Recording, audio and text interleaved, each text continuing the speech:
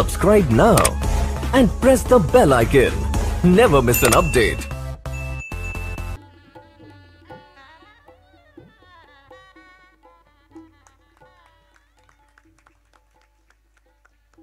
संस्कृतीची रीत अशी की सदैव तत्पर आतिथ्याला कार्यसिद्धीच्या मानकऱ्यांनो शब्द फुलेही स्वागताला. स्वागतम, शुभ स्वागतम. संजीवनी व्याख्यानमाला 2024 मध्ये मी सायली प्रशांत नाईक उपस्थित रसिक श्रोत्यांचे संजीवनी परिवारातर्फे सहर्ष स्वागत करते. जीवनाला हवी असते प्रकाशाची साथ, जीवनाला हवी असते प्रकाशाची साथ. अज्ञानाचा अंधार जाळी समयतील वाद, तेज ज्ञानाचे पसरावे अवघ्या या जगात. दीप प्रज्वलनाने करूया कार्यक्रमाची सुरुवात. आजच्या कार्यक्रमाचे प्रमुख पाहुणे माननीय श्री अशोक राणे सर, कार्यक्रमाचे अध्यक्ष माननीय श्री संदीप म्हात्रे व संजीवनी परिवाराचे प्रतिनिधी श्री चिराग पाटील यांना मी सरस्वतीच्या प्रतिमेस पुष्पहार अर्पण करून दीप प्रज्वलन करावे अशी विनंती करते.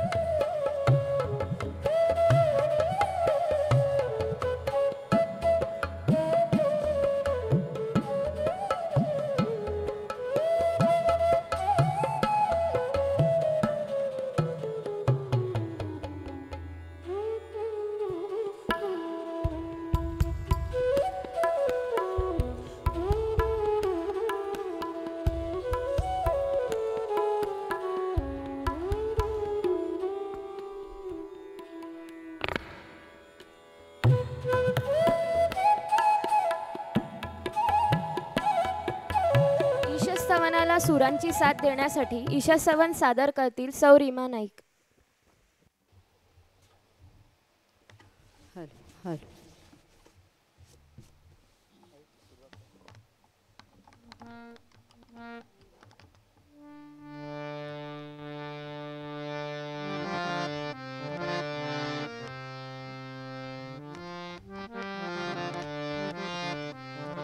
कलश छलके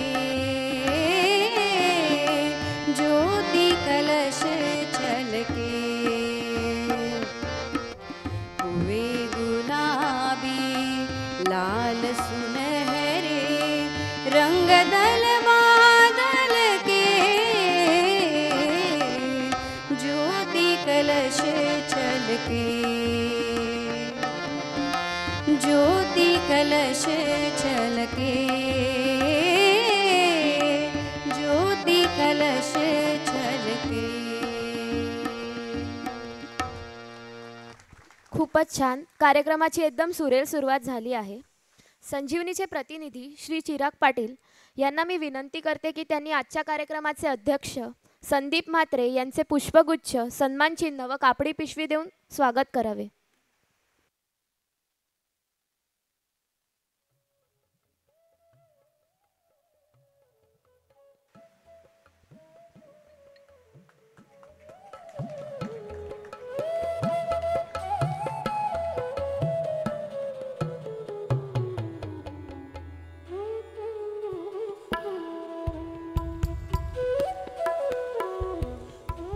आज आपल्यात माननीय श्री अशोक राणे सर उपस्थित आहेत. अशोक सर हे सिनेमा विश्वाचे एन्सायक्लोपीडिया म्हणून ओळखले जातात. काही लोक सिनेमा हे करमणूक म्हणून पाहतात, पण सर हे सिनेमाचे गाढे अभ्यासक म्हणून ओळखले जातात. सिनेमाचे रसग्रहण कसे करावे हे शिकवतात. याबद्दल त्यांनी काही पुस्तकंही लिहिली आहेत. जागतिक व भारतीय सिनेमा यांचा दर्शकांशी परिचय करून देतात. तसेच सिनेमाकडे करमणूक व्यतिरिक्त वेगळ्या दृष्टिकोनाचा परिचयही करून देतात. असे सिनेमाचे गाढे अभ्यासक आणि वेगळा दृष्टिकोन देणारे व्यक्तिमत्व आज आपल्यात उपस्थित आहेत. तर आजच्या कार्यक्रमाचे अध्यक्ष श्री संदीप म्हात्रे यांना मी विनंती करते की त्यांनी सरांचे पुष्पगुच्छ सन्मान चिन्ह व कापडी पिशवी देऊन स्वागत करावे.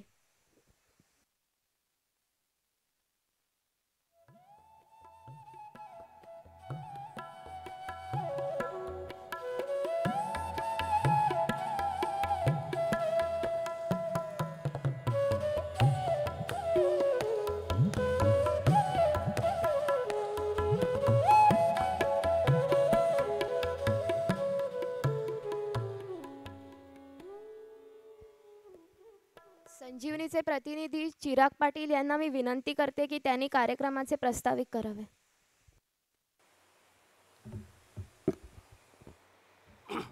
नमस्कार. व्यासपीठावर उपस्थित आजच्या कार्यक्रमाचे अध्यक्ष संदीप म्हात्रे, आपले आजचे व्याख्याते अशोक राणे सर, तसेच मंचासमोर बसलेले सामवेदी ब्राह्मण संघाचे अध्यक्ष श्री अनंत पाटील, तसेच लोकसत्ताचे पत्रकार सुहास बिराडे, तसेच PI वाघ साहेब आणि उपस्थित सर्व श्रोत्यांचे मी संजीवनी परिवारातर्फे पुन्हा एकदा हार्दिक स्वागत करतो. आजच्या कार्यक्रमाचे अध्यक्ष संदीप म्हात्रे हे आपल्या जयमुनी पतपिढीचे सुद्धा अध्यक्ष आहेत. याआधी त्यांनी वसुली अधिकारी म्हणून ते कार्यरत होते. पतपेढी घोटाळ्यातून बाहेर येण्यामागे अनेकांनी मेहनत घेतली. त्यामध्ये संदीप म्हात्रे यांची वसुली अधिकारी म्हणून विशेष भूमिका राहिलेली आहे. तसेच कमी कालावधीत घोटाळ्यातून बाहेर येणारी पतपेढी म्हणून आपली पतपेढी ओळखली जाते. तसेच बँकिंग फेडरेशन मीटिंगमध्ये जयमुनीचे उदाहरण हे नेहमी दिले जाते. आज जयमुनीचा उल्लेख होत असताना त्यांचा सन्मान करण्याची आम्हाला संधी मिळाली, त्याचे आम्हाला समाधान वाटते. संजीवनी परिवार हा गेले 32 वर्षे आपल्या परिसरात पर्यावरण, शिक्षण, आरोग्य, प्रबंधन या समाजोपयोगी उपक्रम आयोजित करत असते. या सर्व उपक्रमामध्ये विद्यार्थी हा आपला नेहमी केंद्रबिंदू राहिलेला आहे.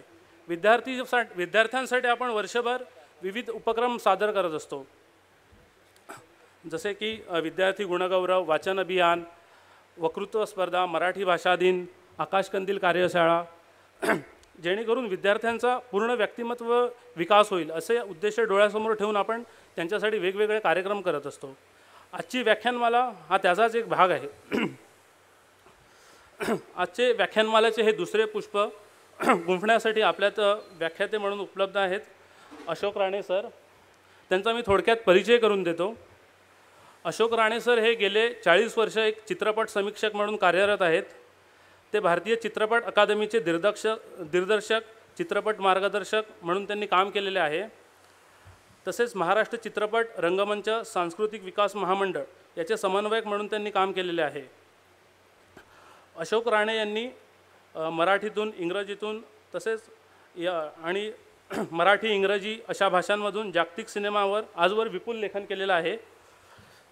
चित्रपट समीक्षा लेखनाच्या क्षेत्रात त्यांनी त्यांचा एक वेगळा ठसा उमटवलेला आहे. तशीच एक वेगळी त्यांची ओळख निर्माण केलेली आहे त्यांनी. तसेच त्यांनी चित्रपटाबद्दल सामान्य माणसांमध्ये साक्षरता वाढावी यासाठी त्यांनी विशेष प्रयत्न केलेले आहेत. ते जगभरात होणाऱ्या वेगवेगळ्या फिल्म फेस्टिवलला ते हजर राहत असतात. ते आजपर्यंत 18 वेळा बर्लिन फिल्म फेस्टिवल, तसेच 12 वेळा कान्स इंटरनॅशनल फिल्म फेस्टिवल, 10 वेळा टोरंटो फिल्म फेस्टिवल, रॉटरमॅन आंतरराष्ट्रीय चित्रपट महोत्सव, बुसान आंतरराष्ट्रीय चित्रपट महोत्सव, मॉस्को आंतरराष्ट्रीय चित्रपट महोत्सव, इफी अशा वेगवेगळ्या फिल्म फेस्टिवलला ते उपस्थित राहत असतात. ते चित्रपट समीक्षकाबरोबर एक उत्तम लेखक देखील आहेत. त्यांची खालीलप्रमाणे पुस्तके प्रकाशित झालेली आहेत. चित्रकथा, सखे सोबती, अध्ययनाचे स्ट्रोक, मॉन्टेज, सिनेमा पाहणारा माणूस, बदलता भारत अशी वेगवेगळी पुस्तकं लिहिलेली आहेत त्यांनी. त्यापैकी त्यांचे चित्रकथा या पुस्तकाला 1996 साली राष्ट्रीय पुरस्काराने गौरवित करण्यात आले होते. तर 2003 साली त्यांना उत्कृष्ट चित्रपट समीक्षक म्हणून राष्ट्रीय पुरस्काराने सन्मानित करण्यात आले होते. तसेच त्यांनी 2021 साली त्यांचे आत्मकथनात्मक पुस्तक सिनेमा पाहणारा माणूस या पुस्तकाला देखील राष्ट्रीय पुरस्कार मिळालेला आहे. असे 3 वेळा राष्ट्रीय पुरस्कार मिळवणारे अशोक राणे सर म्हणजेच भारतीय सिनेसृष्टीला लाभलेले इग्मार बर्गमन आज आपल्यासाठी मार्गदर्शनासाठी उपस्थित झाले. त्याबद्दल त्यांचे आभार मानतो आणि माझे प्रास्ताविक थांबवतो. धन्यवाद. पुढे कुठलीच वेळ न दवडता मी सरांना विनंती करते की त्यांनी सिनेमा पाहणारा माणूस या विषयावर आम्हाला मार्गदर्शन करावे. धन्यवाद.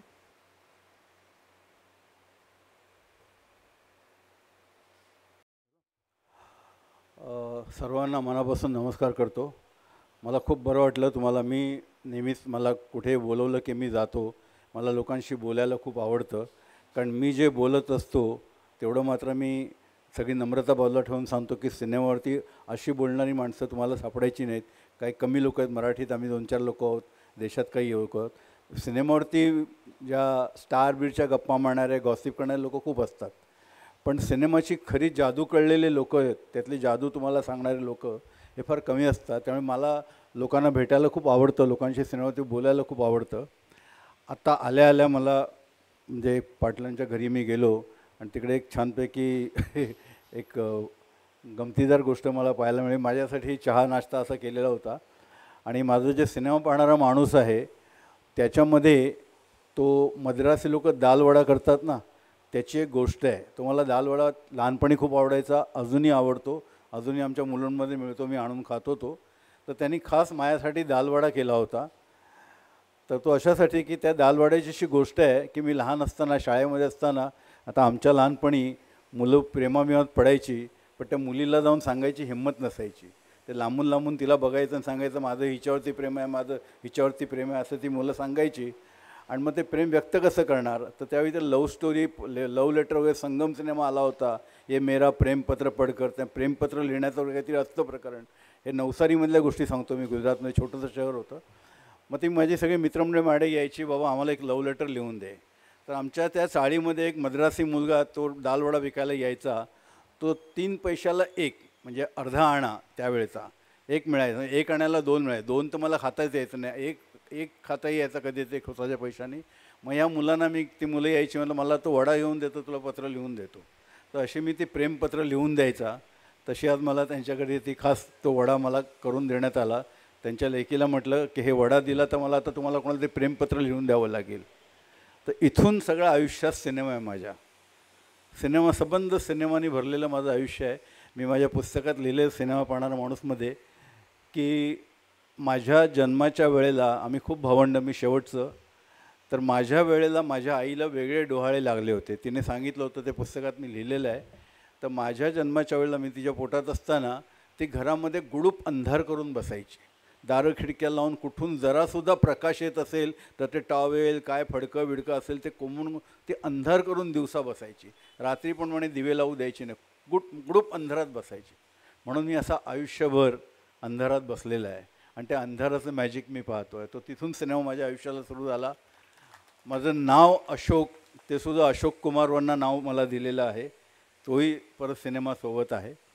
तर असा सिनेमा पाहणाऱ्या माणसाचा हा असा सगळा प्रवास आहे. आणखीन एक गोष्ट, मगाशी ते ज्योती कलश फार सुंदर गायलं, त्या मुलीने अप्रतिम गायलं, फार सुंदर गायलं. पण लगेच माझ्या डोक्यात एक आठवण जागी झाली. दिल्लीला 1995चं इंटरनॅशनल फिल्म फेस्टिवल होतं आणि त्या फेस्टिवलमध्ये मी तिकडे होतो आणि पहिल्या दिवशी इनॉग्रेशनची तयारी चालली होती आणि मग आम्ही तिथे होतो. संध्याकाळी इनॉग्रेशन झालं आणि त्या दिवशी लता मंगेशकरांचा मोठा सत्कार आणि मोठा सन्मान त्याला देण्यात येणार होता. तर त्या कार्यक्रमाची रचना अशी केली होती की जेव्हा ते सगळी मंडळी बसली स्टेजवरती, ऑडियन्स बसला आणि जेव्हा अनाऊन्स होईल की आज हा पुरस्कार आपण लता मंगेशकरांना देतो आहे, लता मंगेशकर या महोत्सवाचं उद्घाटन करत आहेत, असं म्हटल्यानंतर लताबाई विंगेतनं आल्या आणि ते गाणं सुरू झालं, ज्योती कलश छलके. तुम्हाला सांगतो, हे सिनेमा नावाची जादू ना फार कमी लोकांना कळली. मेस्मरायझिंग अनुभव होता. अजून या क्षणी मला तो सगळा कानात साठलेला आहे. त्या मुलीने मग अशी गायलं, ते सगळ्या माझ्या आठवणी जाग्या झाल्या. साक्षात लताबाई तिकडे आहे आणि रेकॉर्ड, लताबाई गात नव्हत्या, रेकॉर्ड वाजत होती, पण त्या गाण्याची जादूच काही और होती. सुधीर बाबूंनी फडक्यांनी ते गाणं केलेलं होतं. तर असा तो सिनेमा सगळा माझ्यासोबत आहे.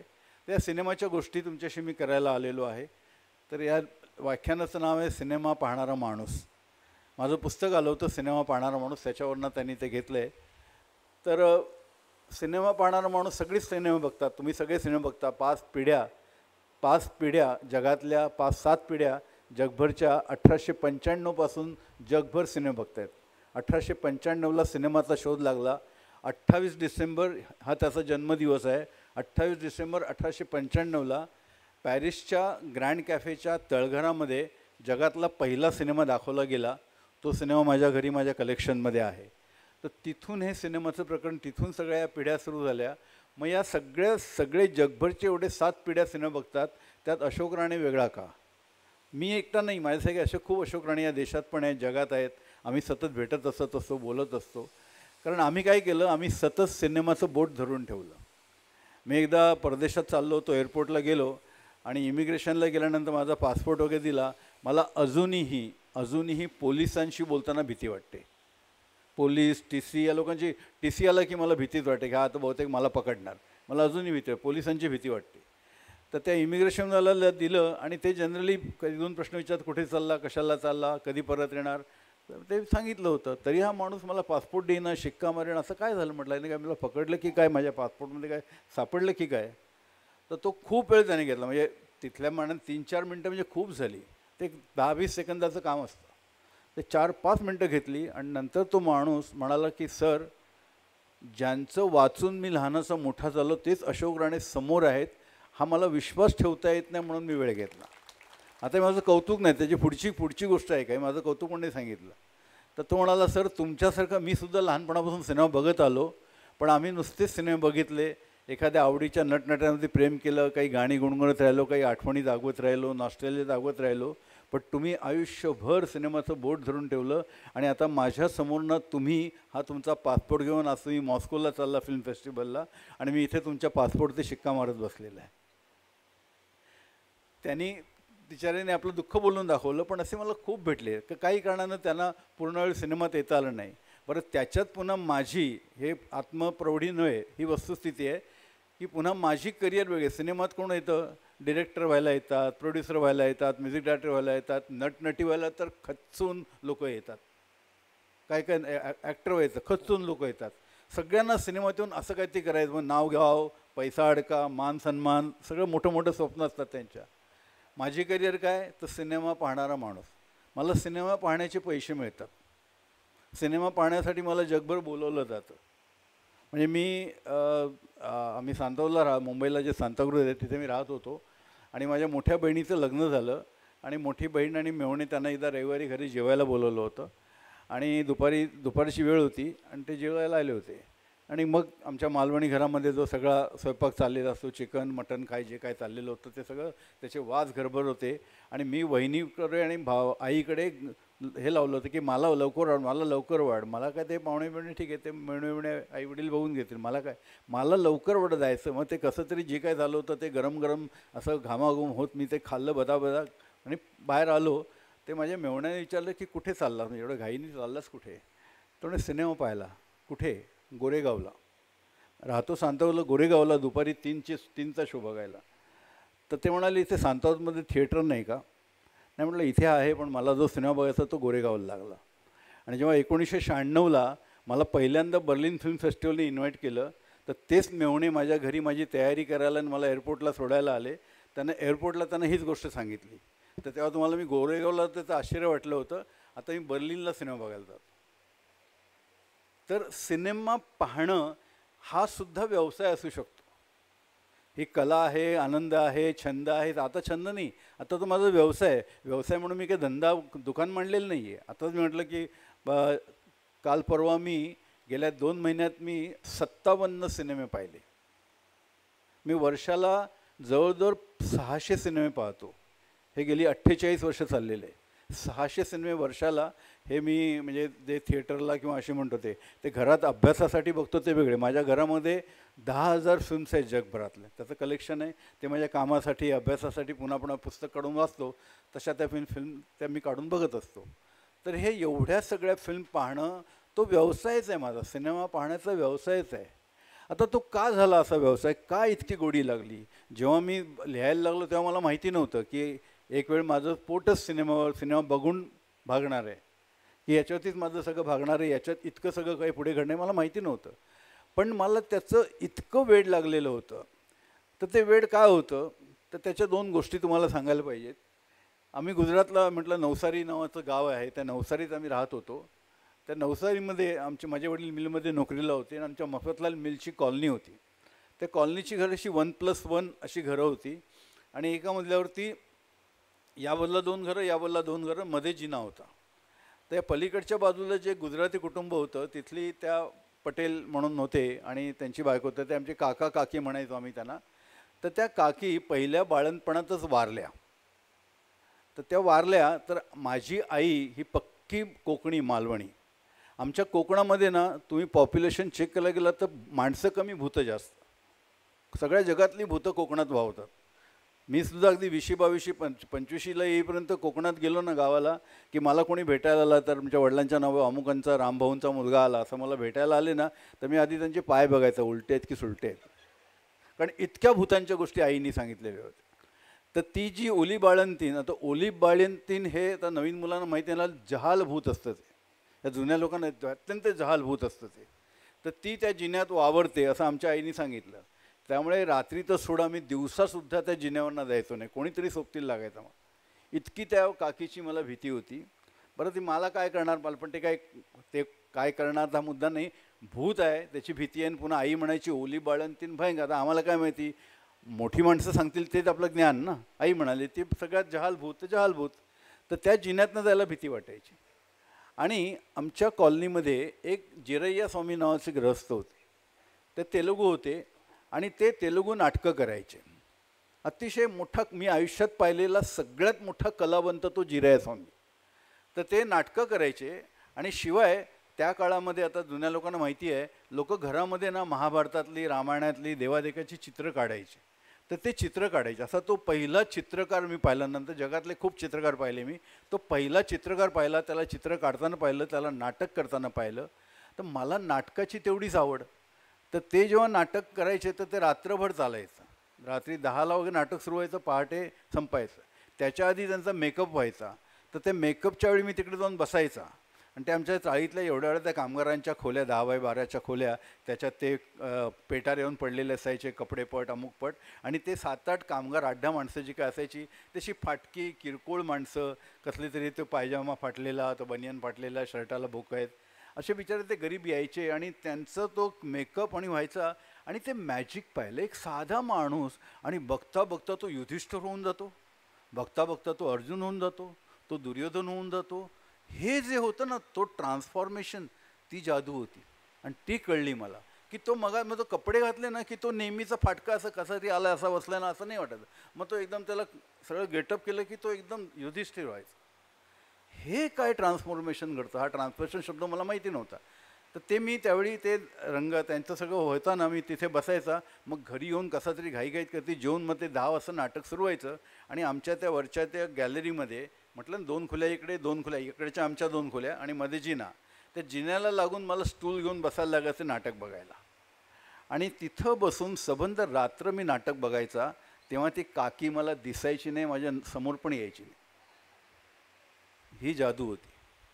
ह्या जादूनी पकडलं होतं की हे नाटक आणि सिनेमा आणि साहित्य, फॉर दॅट मॅटर कुठलीही कला, त्याच्या जवळ असलं ना की मला आईच्या कुशीत बसल्यासारखं वाटतं. की आईच्या कुशीत आपल्याला सगळ्यात जगातली सेफ जागा कुठली असेल ना तर आईचं गर्भाशय. आणि नंतर बाहेर आल्यानंतर कधी तिला मिठी मारून, अगदी या वयात सुद्धा माझी आता आई असती तर मिठी मारून बसलो असतो. ते आईची कुस ही सगळ्यात सेफ गोष्ट असते. तर तिथे बसून ते नाटक मी सबंध रात्रभर बघायचा. आणि बाकीची भावंडं कुणी यायची नाही. एक तर तेलुगू कोणाला कळायचं नाही, नाटक फक्त कळायचं पण नाटक किती कळतच नाही भाषा, ते नाटक काय बघायचं. पण मलाही काही कळायचं नाही. मी सबंध रात्र एक शब्द कळायचा पण मला गोष्ट माहिती, हा युधिष्ठिर कोण, तो अर्जुन कोण, त्याच्यामुळे ती संदर्भांनी ते बघत असत. पण ते नाटकाची जादू मी बघायचा तर मला भीतीच वाटायची. त्याच्यामुळे ही तिकडून गोडी लागली. नंतर सिनेमा. आता सिनेमा लहानपणी आम्ही बघायला जायचो. तर सिनेमा एकदा थिएटरला गेलं ना की ते त्यावेळी जुन्या लोकांना माहिती असेल ते फिल्म स्टुडिओचे डॉक्युमेंटरीज दाखवायचे. ते समाचार चित्र न्यूज द्यायच्या. तर ते आम्ही 5 आण्यामध्ये पुढे बसायचो आणि ते अनरिझर्वड बाकडी असायची. मग त्या पार्टिशनच्या पुढे ते 5 आण्यावाले अशी गर्दी करून मग तो पठाणी यायचा आणि ते पार्टिशन तसं एका पॉईंटला तो यायचा, चुप बेटो असं आरडाओरडा, चुप बेटो चिल्लाओ मत असं आरडाओरडा करायचा. आणि मग एका पॉईंटला आता त्याला असं होतं तो पार्टिशन काढल्यानंतर जे धुवाधार आतमध्ये घुसायचो त्या बाकड्यांवरती जागा पकडायला, सीट नंबर नाही ना. आणि मग आपल्या मागून जो कोणी येतो 2-4 लोक आपल्याबरोबर असते ते सगळ्यांची जागा ते पडून झोपून राहायचं किंवा काय असेल ते पसरायचं, घरातली माणसं असं ते त्या पद्धतीने ती जागा अडवायची. आणि ती जागा अडवून त्याच्यावरनं इतकी मारामारी, इतकी हाणामारी, इतकं काय काय होत राहायचं. आणि सिनेमा तिकडे सुरू व्हायचा. आणि सिनेमा काय सुरू व्हायचा तर ते फिल्म स्टुडिओचे डॉक्युमेंटरी सुरू व्हायच्या. ते न्यूज आता आपण तुम्ही टी व्हीवरती बातम्या बघताना आमच्यावेळी तो टी व्ही होता त्या काळामध्ये. म्हणजे पंडित जवाहरलाल नेहरू भारताचे पंतप्रधान दिल्लीच्या पालम विमानतळावरती रशियाच्या अध्यक्षांचं स्वागत करते असं काही ती फुटेज असायचं. आता शाळेला आम्ही विमान कुठे बघितलं, विमान आकाशात कुठेतरी एवढंसं दिसतं. मग ते विमान कसं येतं, ते थांबतं, तो राष्ट्राध्यक्ष येतो, मग नेहरू पुढे जातात, त्याला हार घालतात, तर नेहरू प्रत्यक्ष दिसतात. तिथे कुठे ब्रह्मपुत्रेला महापूर येतो तो दिसतो, कुठे ते क्रिकेटची मॅच चालते ते दिसतं. तर हे जे काही बघायला मिळायचं, जे कधी माहिती नाही कुठे कसं कळायचं पण दिसलं नाही कधी, ते पाहायला मिळायचं. आणि इथं समोर सगळा राडा सुरू असायचा. त्या सगळ्यात ना मी बुटक्या मुळातच, त्यामुळे इकडून आडून तिकडून, इकडून मारामाऱ्या, तिकडून तिकडून बघून ते माझी नजर त्या पडद्यावरती असते. त्यातलं प्रत्येक फ्रेम मी आतमध्ये घ्यायला उत्सुक असायचं. आणि बाकीच्यांचे राडे. आता हे कुठपर्यंत असतं, एकदा ते फिल्म डिव्हिजनची समाप्तची पार्टी आली ना की अख्ख्या थिएटरमध्ये गोंगाट, शिट्ट्या, टाळ्या, संपलं एकदाची कटकट. आता येणार जितेंद्र, दिलीप कुमार, नाही जितेंद्र होता त्यावेळी, दिलीप कुमार, शम्मी कपूर, राजकुमार, मैना कुमारी, आत्ता आपली माणसं येणार, असं ती एक्साइटमेंट असायची. आणि त्याच्यासाठी लोक उत्सुक असायचे. मग ते सगळं सिनेमा सुरू आहे. तर मला त्या लोकांना जे मलाही नटनटे आवडायचे, मलाही हिंदी सिनेमा आवडायचा, मराठी सिनेमा आवडायचा, पण त्याच्या आधी मी सिनेमातलं कॅमेऱ्यातनं जे येतं, त्या प्रेझेंट जे येतं चित्र, त्या प्रत्येक चित्रामध्ये मला रुची होती. त्याने मला पकडलेलं होतं. तर ती तशी आवड होती, त्यांनी ते वेड लावलेलं होतं. म्हणजे किती, म्हणजे आम्ही दिवाळीच्या सुट्टीमध्ये, दिवाळीच्या दिवसात नवीन सिनेमा लागायचा आमच्या नवसारीमध्ये. तो पण मुंबईला कधीतरी 6 महिन्यांनी यायचा, तर दिवाळीच्या वेळी महिन्यांनी यायचा सिनेमा. लवकर ताजा सिनेमा बघायला मिळणार. आम्ही पोरं भयंकर उत्साहित. आणि मग ते गुजरातमध्ये पद्धत आहे, तुम्हाला इकडे माहिती असेल, की लहान लहान मुलं त्या आपल्या पाडव्याच्या दिवशी ते साल मुबारक करत घराघरात जायचं. आणि मोठ्या माणसांना साल मुबारक काका, साल मुबारक काकी म्हणायचं आणि पाया पडायचं. मग ते 5 पैसे 10 पैसे, 10 पैसे म्हणजे खूपच झाले, इस्टेटेट काढून दिली, असे 5-10 पैसे द्यायचे. ते सगळे पैसे आम्ही गोळा करायचो. आणि मग दुपारी आम्ही सिनेमाला 3च्या शोला, त्या नवीन सिनेमाच्या. आणि मग ते दुपारी 12 वाजता, सकाळी ते लाडू करंज्या घरच्या खाऊन झालेल्या असायच्या, जेवणाकडे लक्ष कोणाचं, 3चा शो. आणि मग ते खायचं प्यायचं कसं यायचं. आणि तिथे 2 तास त्या रांगेमध्ये असे ते कपडे, नवीन कोरे कपडे घातलेले, ते घामाने निथळलेले, हा इकडून चिकटतोय, तो तिकडून चिकटतोय, ही गच्च गर्दी. आणि त्याच्यामध्ये जाऊन तो सिनेमा, तो तिकीट 3च्या शोचं मिळवायचं. ॲडव्हान्स बुकिंग हा प्रकारच नव्हता, करंट बुकिंग. मग ते त्या ह्याच्यातनं जाऊन, ते मगाशी म्हटलं, तो फाटक उघडल्यानंतर जी उडी मारून जायचं. कपड्यांकडे लक्षच नसायचं. काही मुलांचं असायचं, अरे माझे कपडे खराब होतं का, नवीन कपडे, आई आम्हाला कुठले कपडे, समोर काय दिसतं ते बघा, त्याच्यासाठी ती धाव घ्यायची. तर ह्या 2 गोष्टींनी असं मला वेड लावलेलं होतं. आणि तिसरी गोष्ट ही होती, ती मगाशी म्हटलं, ते जिरय्या स्वामी. आता हे जिरय्या स्वामी आहे ना, ते कधी बोलायचे नाही, ते फक्त रात्री बोलताना त्यांना मी ऐकायचं, किंवा नाटकात बोलायचे. रात्री कधी बोलायचे तर रात्री ते सत्संग चालवायचे. मग माझी आई पण त्या सत्संगाला जायची, ही सगळी वडील. तर मी लहानपणाचं आईचा पदर धरून त्याचे मला खूप फायदे झाले. तर आई जिथे ते गेली, मी आपल्या आईबरोबर जायचं. मग ती सत्संगाला जायची, तर बाकीची मुलं कोणी, मी तिकडे बसलेलं असायचं. तर त्या सत्संगामध्ये त्या काळात जे मी ऐकलं, आता आपण टी व्हीवरती जे सत्संग बघतो ना, हे मी तेव्हापासून ऐकतोय. तर अजून मला आठवतं की ते आमचे जिरय्या स्वामी ज्या सत्संगात म्हणायचे की विकारांवरती मात करा, हे अजून माझ्या लक्षात आहे. तर मला हसू यायचं, विकारांनी मात करणं, वासनेवरती मात करणं इतकं सोपं असतं का? मला लाडू खावासा वाटतो. लहानपणी आमच्या वासना काय, तर काय ती खाण्याच्याच वासना आहे. मला लाडू खावासा वाटतं, अमुक खावासा वाटतं, तर माझ्या याची कोण कंट्रोल करणार, कसं कंट्रोल करणार? मला लाडू खायचं आहे पण मी थांबणार 2 दिवस, असं होतं का? लाडू खायचा म्हणजे खायचा. म्हणजे आता आमच्या वयाचे जे लोक आहेत त्यांना, नवीन मुलांना माहिती नाही, आम्ही जेव्हा लहान होतो, कोणी घरी पाहुणे मंडळी आली की त्यांनी काही खाऊ आणलं ना, ते खाऊ आणून ते द्यायचे आम्हाला. लहान मुलं हातात खाऊ ठेवला की ती वडीलधारी माणसं बोलत बसायची. आता आमचं काय कार्यक्रम की ह्यांचं बोलणं संपणार कधी, हा पाहुणा जाणार कधी, आणि मी हे कधी खाणार कधी. सगळं लक्ष त्या खाण्याकडे. बरं, हे गरिबाच्या घरी पण तीच परिस्थिती, खात्यापित्या घरच्या मुलांची पण तीच परिस्थिती. कारण काही मिळालं तर खायचं. ओ मेसूर नावाचा प्रकार, ती आम्हाला मोठी मिठाई वाटायची त्या काळात. आता ते मेसूरला मी हात पण नाही लावत, तो मेसूर. तर असं ते सगळं त्या याच्यामध्ये त्या खाण्याकडे लक्ष असायचं. तर त्याच्यामुळे त्या जिरय्या स्वामी आमचे ते रात्री सत्संग करायचे आणि दिवसा नाटक, हे 2 गोष्टी ते तिसऱ्यांदा मी कधी बोलताना ऐकलं नाही. मग ते दुपारी 3:30 वाजता कामावरनं यायचे पहिल्या पाळीवरनं. मग त्यांचे ते आंघोळ बिंघोळ काय त्यांचं चहा पण मी लक्ष ठेवून असायचा, कारण एखाद्या घरात त्यांचं काम चाललंय मला कळलेलं असायचं. की ते निघाले की मी त्याच्यावर शाळेतनं येऊन माझा अभ्यास करून मोकळा. मी अभ्यासात नंबर 1चा विद्यार्थी होतो. गणितात 100 म्हणजे 100. सिनेमा बघणारा माणूस वाह्यात असतो, वाईट असतो, गैरसमज काढून टाका. त्याची पण एक गोष्ट सांगतो. तर त्या जिरय्या स्वामींना तर ते मला कळायचं की मग ते निघाले की मी त्यांच्या मागून मागून जायचा. आता हा माणूस मला आत्ता वयाच्या या टप्प्यावरती किंवा नंतर माझं वय वाढलं, हा किती ग्रेट होता, कलाकार म्हणून तर ग्रेट होता. पण त्या आमच्या काळात ना मोठी माणसं कशी होती माहिती आहे का, जरा लहान मुलं पुढे आले ना, हे तुझं काय रेकडे दादे, डाफरायचेच. मोठ्यामध्ये काय तुमचं, जा म्हणून सांगायचे. ह्या ग्रस्ताने मला कधी रोखलं नाही. आणि ती एवढीशी म्हटलं ना खोल्या एवढ्या वर्षात एका भिंतीवरती, मग त्यांची प्रोसेस काय, तर पहिलं ते भिंत साफ करणार, मग त्याला ते चुना मारणार, मग तो चुना वाळल्यानंतर हे रोजची प्रोसेस. मग त्याच्यावरती ते चित्र जे आलेलं असेल महाभारताचं वगैरे, समजा अर्जुन आणि कृष्ण, तो रथ आणि अर्जुन उभा आहे वगैरे, ते सगळं गीतेतलं दृश्य. मग त्याच्या त्या चित्रावरती त्या रेघा मारून अशा त्या चित्र काढतात ना, असे ते चित्र काढाय. मग ते भिंतीवरती चित्र काढायचे, रेघा काढायचे. आणि मग ते हळूहळू ते भरणं काम समजा, आधी ते चित्र भरायचे पेन्सिलीने, मग त्याच्यात रंग भरण्याचं काम. असं एक काहीतरी 15-20 दिवस ते काम चालायचं, रोज संध्याकाळी त्या 2-3 तास. मी तिथे समोर बसून बघाय, मला ती प्रोसेस फार आवडायची.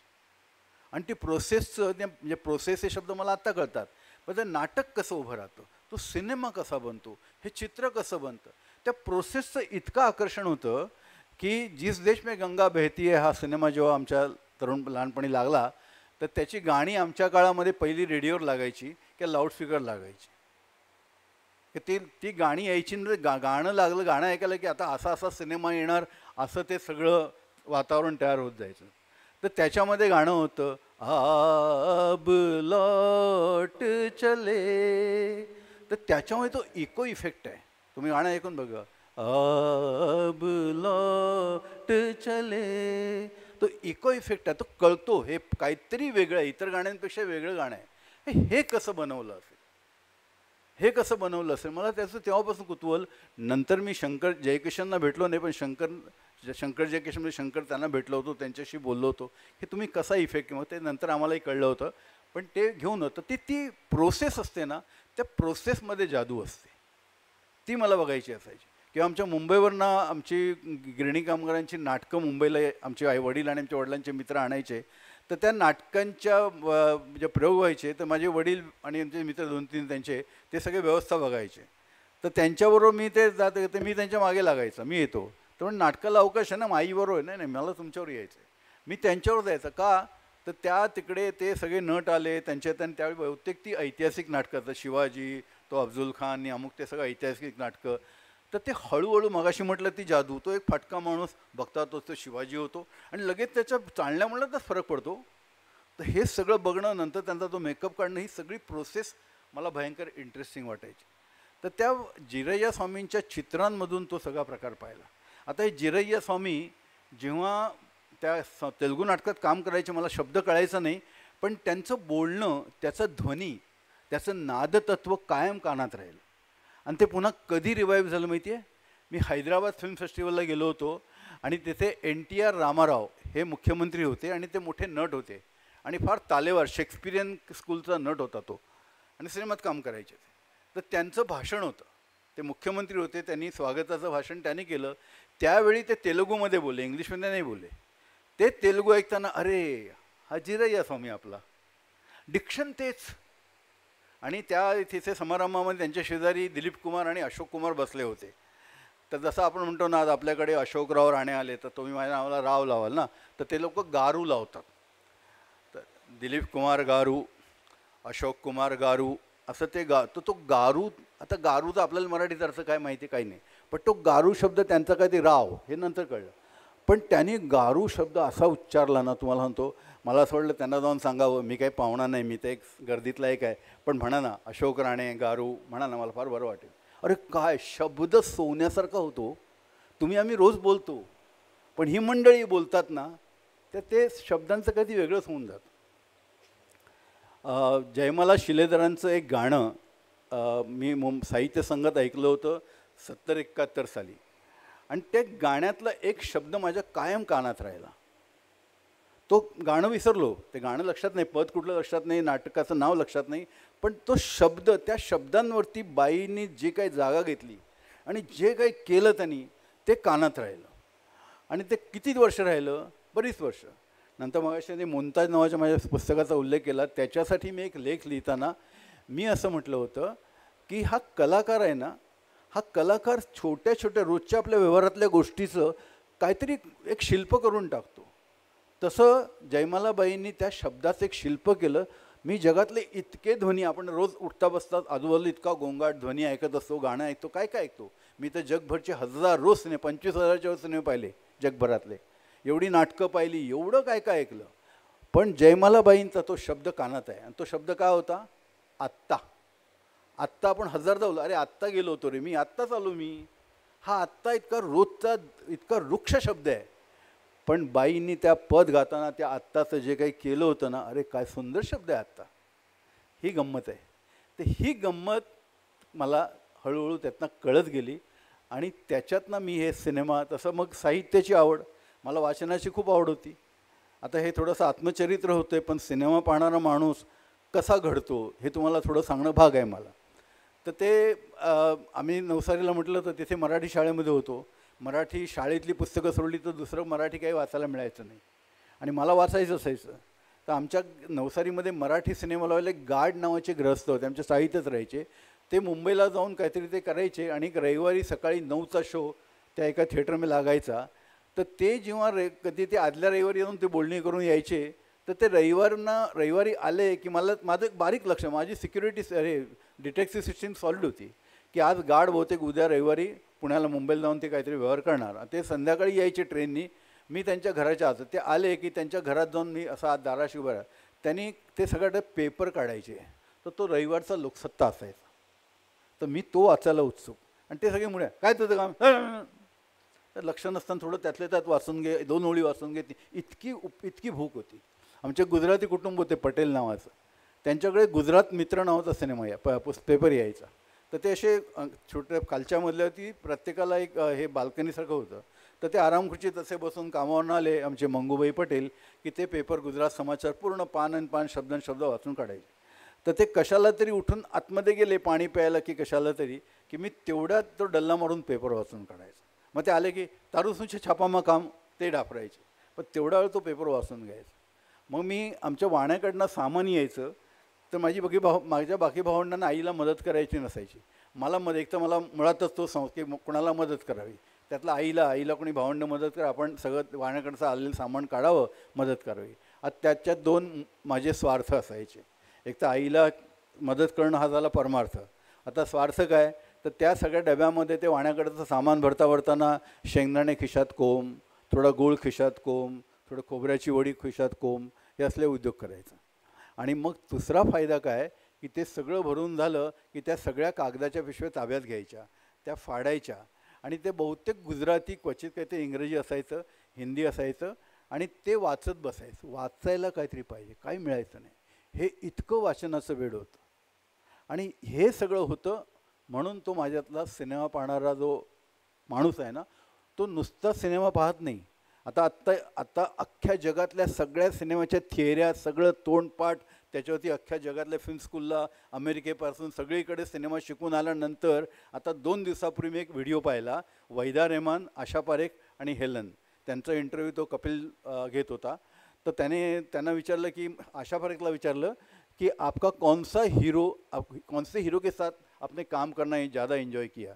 तो ती म्हणे मेरा पहला हीरो ही था शम्मी कपूर, फिर बाद में उनके साथ मैंने और कुछ फिल्में की, तो उनके साथ मज़ा आता था. और वो तो गाना तो हम लोग गाते थे, तो हम जब गाने का रिकॉर्डिंग करते थे तो डांस मास्टर नहीं होता था. मैं ती स्वतः डान्सर, भरतनाट्यम डान्सर, आणि हा आपल्या मनाला तसंच आहे, कसंही नाचायचा. तर ते त्याचं जे नाचणं आहे तर ती म्हणे तो त्याचं स्वतःची एक स्टाईल आहे. तर मध्येच वैदार्यमाने एक शब्द वापरला, he was a wild dancer. हां, आता पुढे आणि वैदार्यमाने एक फार सुंदर शब्द वापरला, मला तो फार आवडला. तर तो म्हणाला ते म्हणाले ती अशाबरोबर म्हणाले तो काहीतरी असं बिसं काहीतरी करायचा. तर वैदा म्हणते नाही, उनके वो करने में भी रिदम था. गाण्यातला रिदम पकडतो तो माणूस. तुम्ही बघा त्याची गाणी काढून, तो वेडावागडा नसतो, काहीतरी असं करतो, हे असं कधी माणूस करतं का? तो ते सुंदर दिसतं कारण तो त्या रिदममध्ये असतं. तर हे त्याची जादू त्या म्हणजे त्याच्यातनं कळते की ह्या माणसामध्ये काय जादू होती. तर सिनेमा हा असा आम्ही बघत होतो लहानपणापासून. आणि मला आणखीन 2 खोडी ह्या बालपणाच्या गोष्टी सांगतो थोड्याशा. एक खोड अशी होती, खोड म्हणजे खोड म्हणूया की सवय, की जनरली अजूनही आपण इंडियन माणसं सिनेमा बघून आलो ना की कोण भेटेल त्याला गोष्ट, अरे मी आता मग सिनेमा बघितला, काय ते ह्यानी काय काम केलं, त्यांनी काय काम केलं, अशी गोष्ट आहे तशी गोष्ट आहे, गाणी मस्त आहे, ॲक्शन मस्त आहे, असं बोलतो ना आपण. तर असं आम्ही पण शाळेमध्ये यायचो, शाळेतली पोरं सिनेमा बघायचं आणि बोलायचो. तर माझे सगळे मित्र ते पाहिलेल्या सिनेमावरती काय म्हणायचे, अरे क्या होता है मालूम है क्या, वो मीना कुमारी ना, आम्ही हिंदीमध्ये गोष्टी सांगायचो, ओ मीना कुमारी ना वो वहाँ खड़ी रहती है ना तो प्रदीप कुमार आता है, वो प्रदीप कुमार मीना कुमारी बात करते तो वहाँ से प्राण आता है, और फिर ये होता है वो. तर ते नटांची नावं घ्यायची.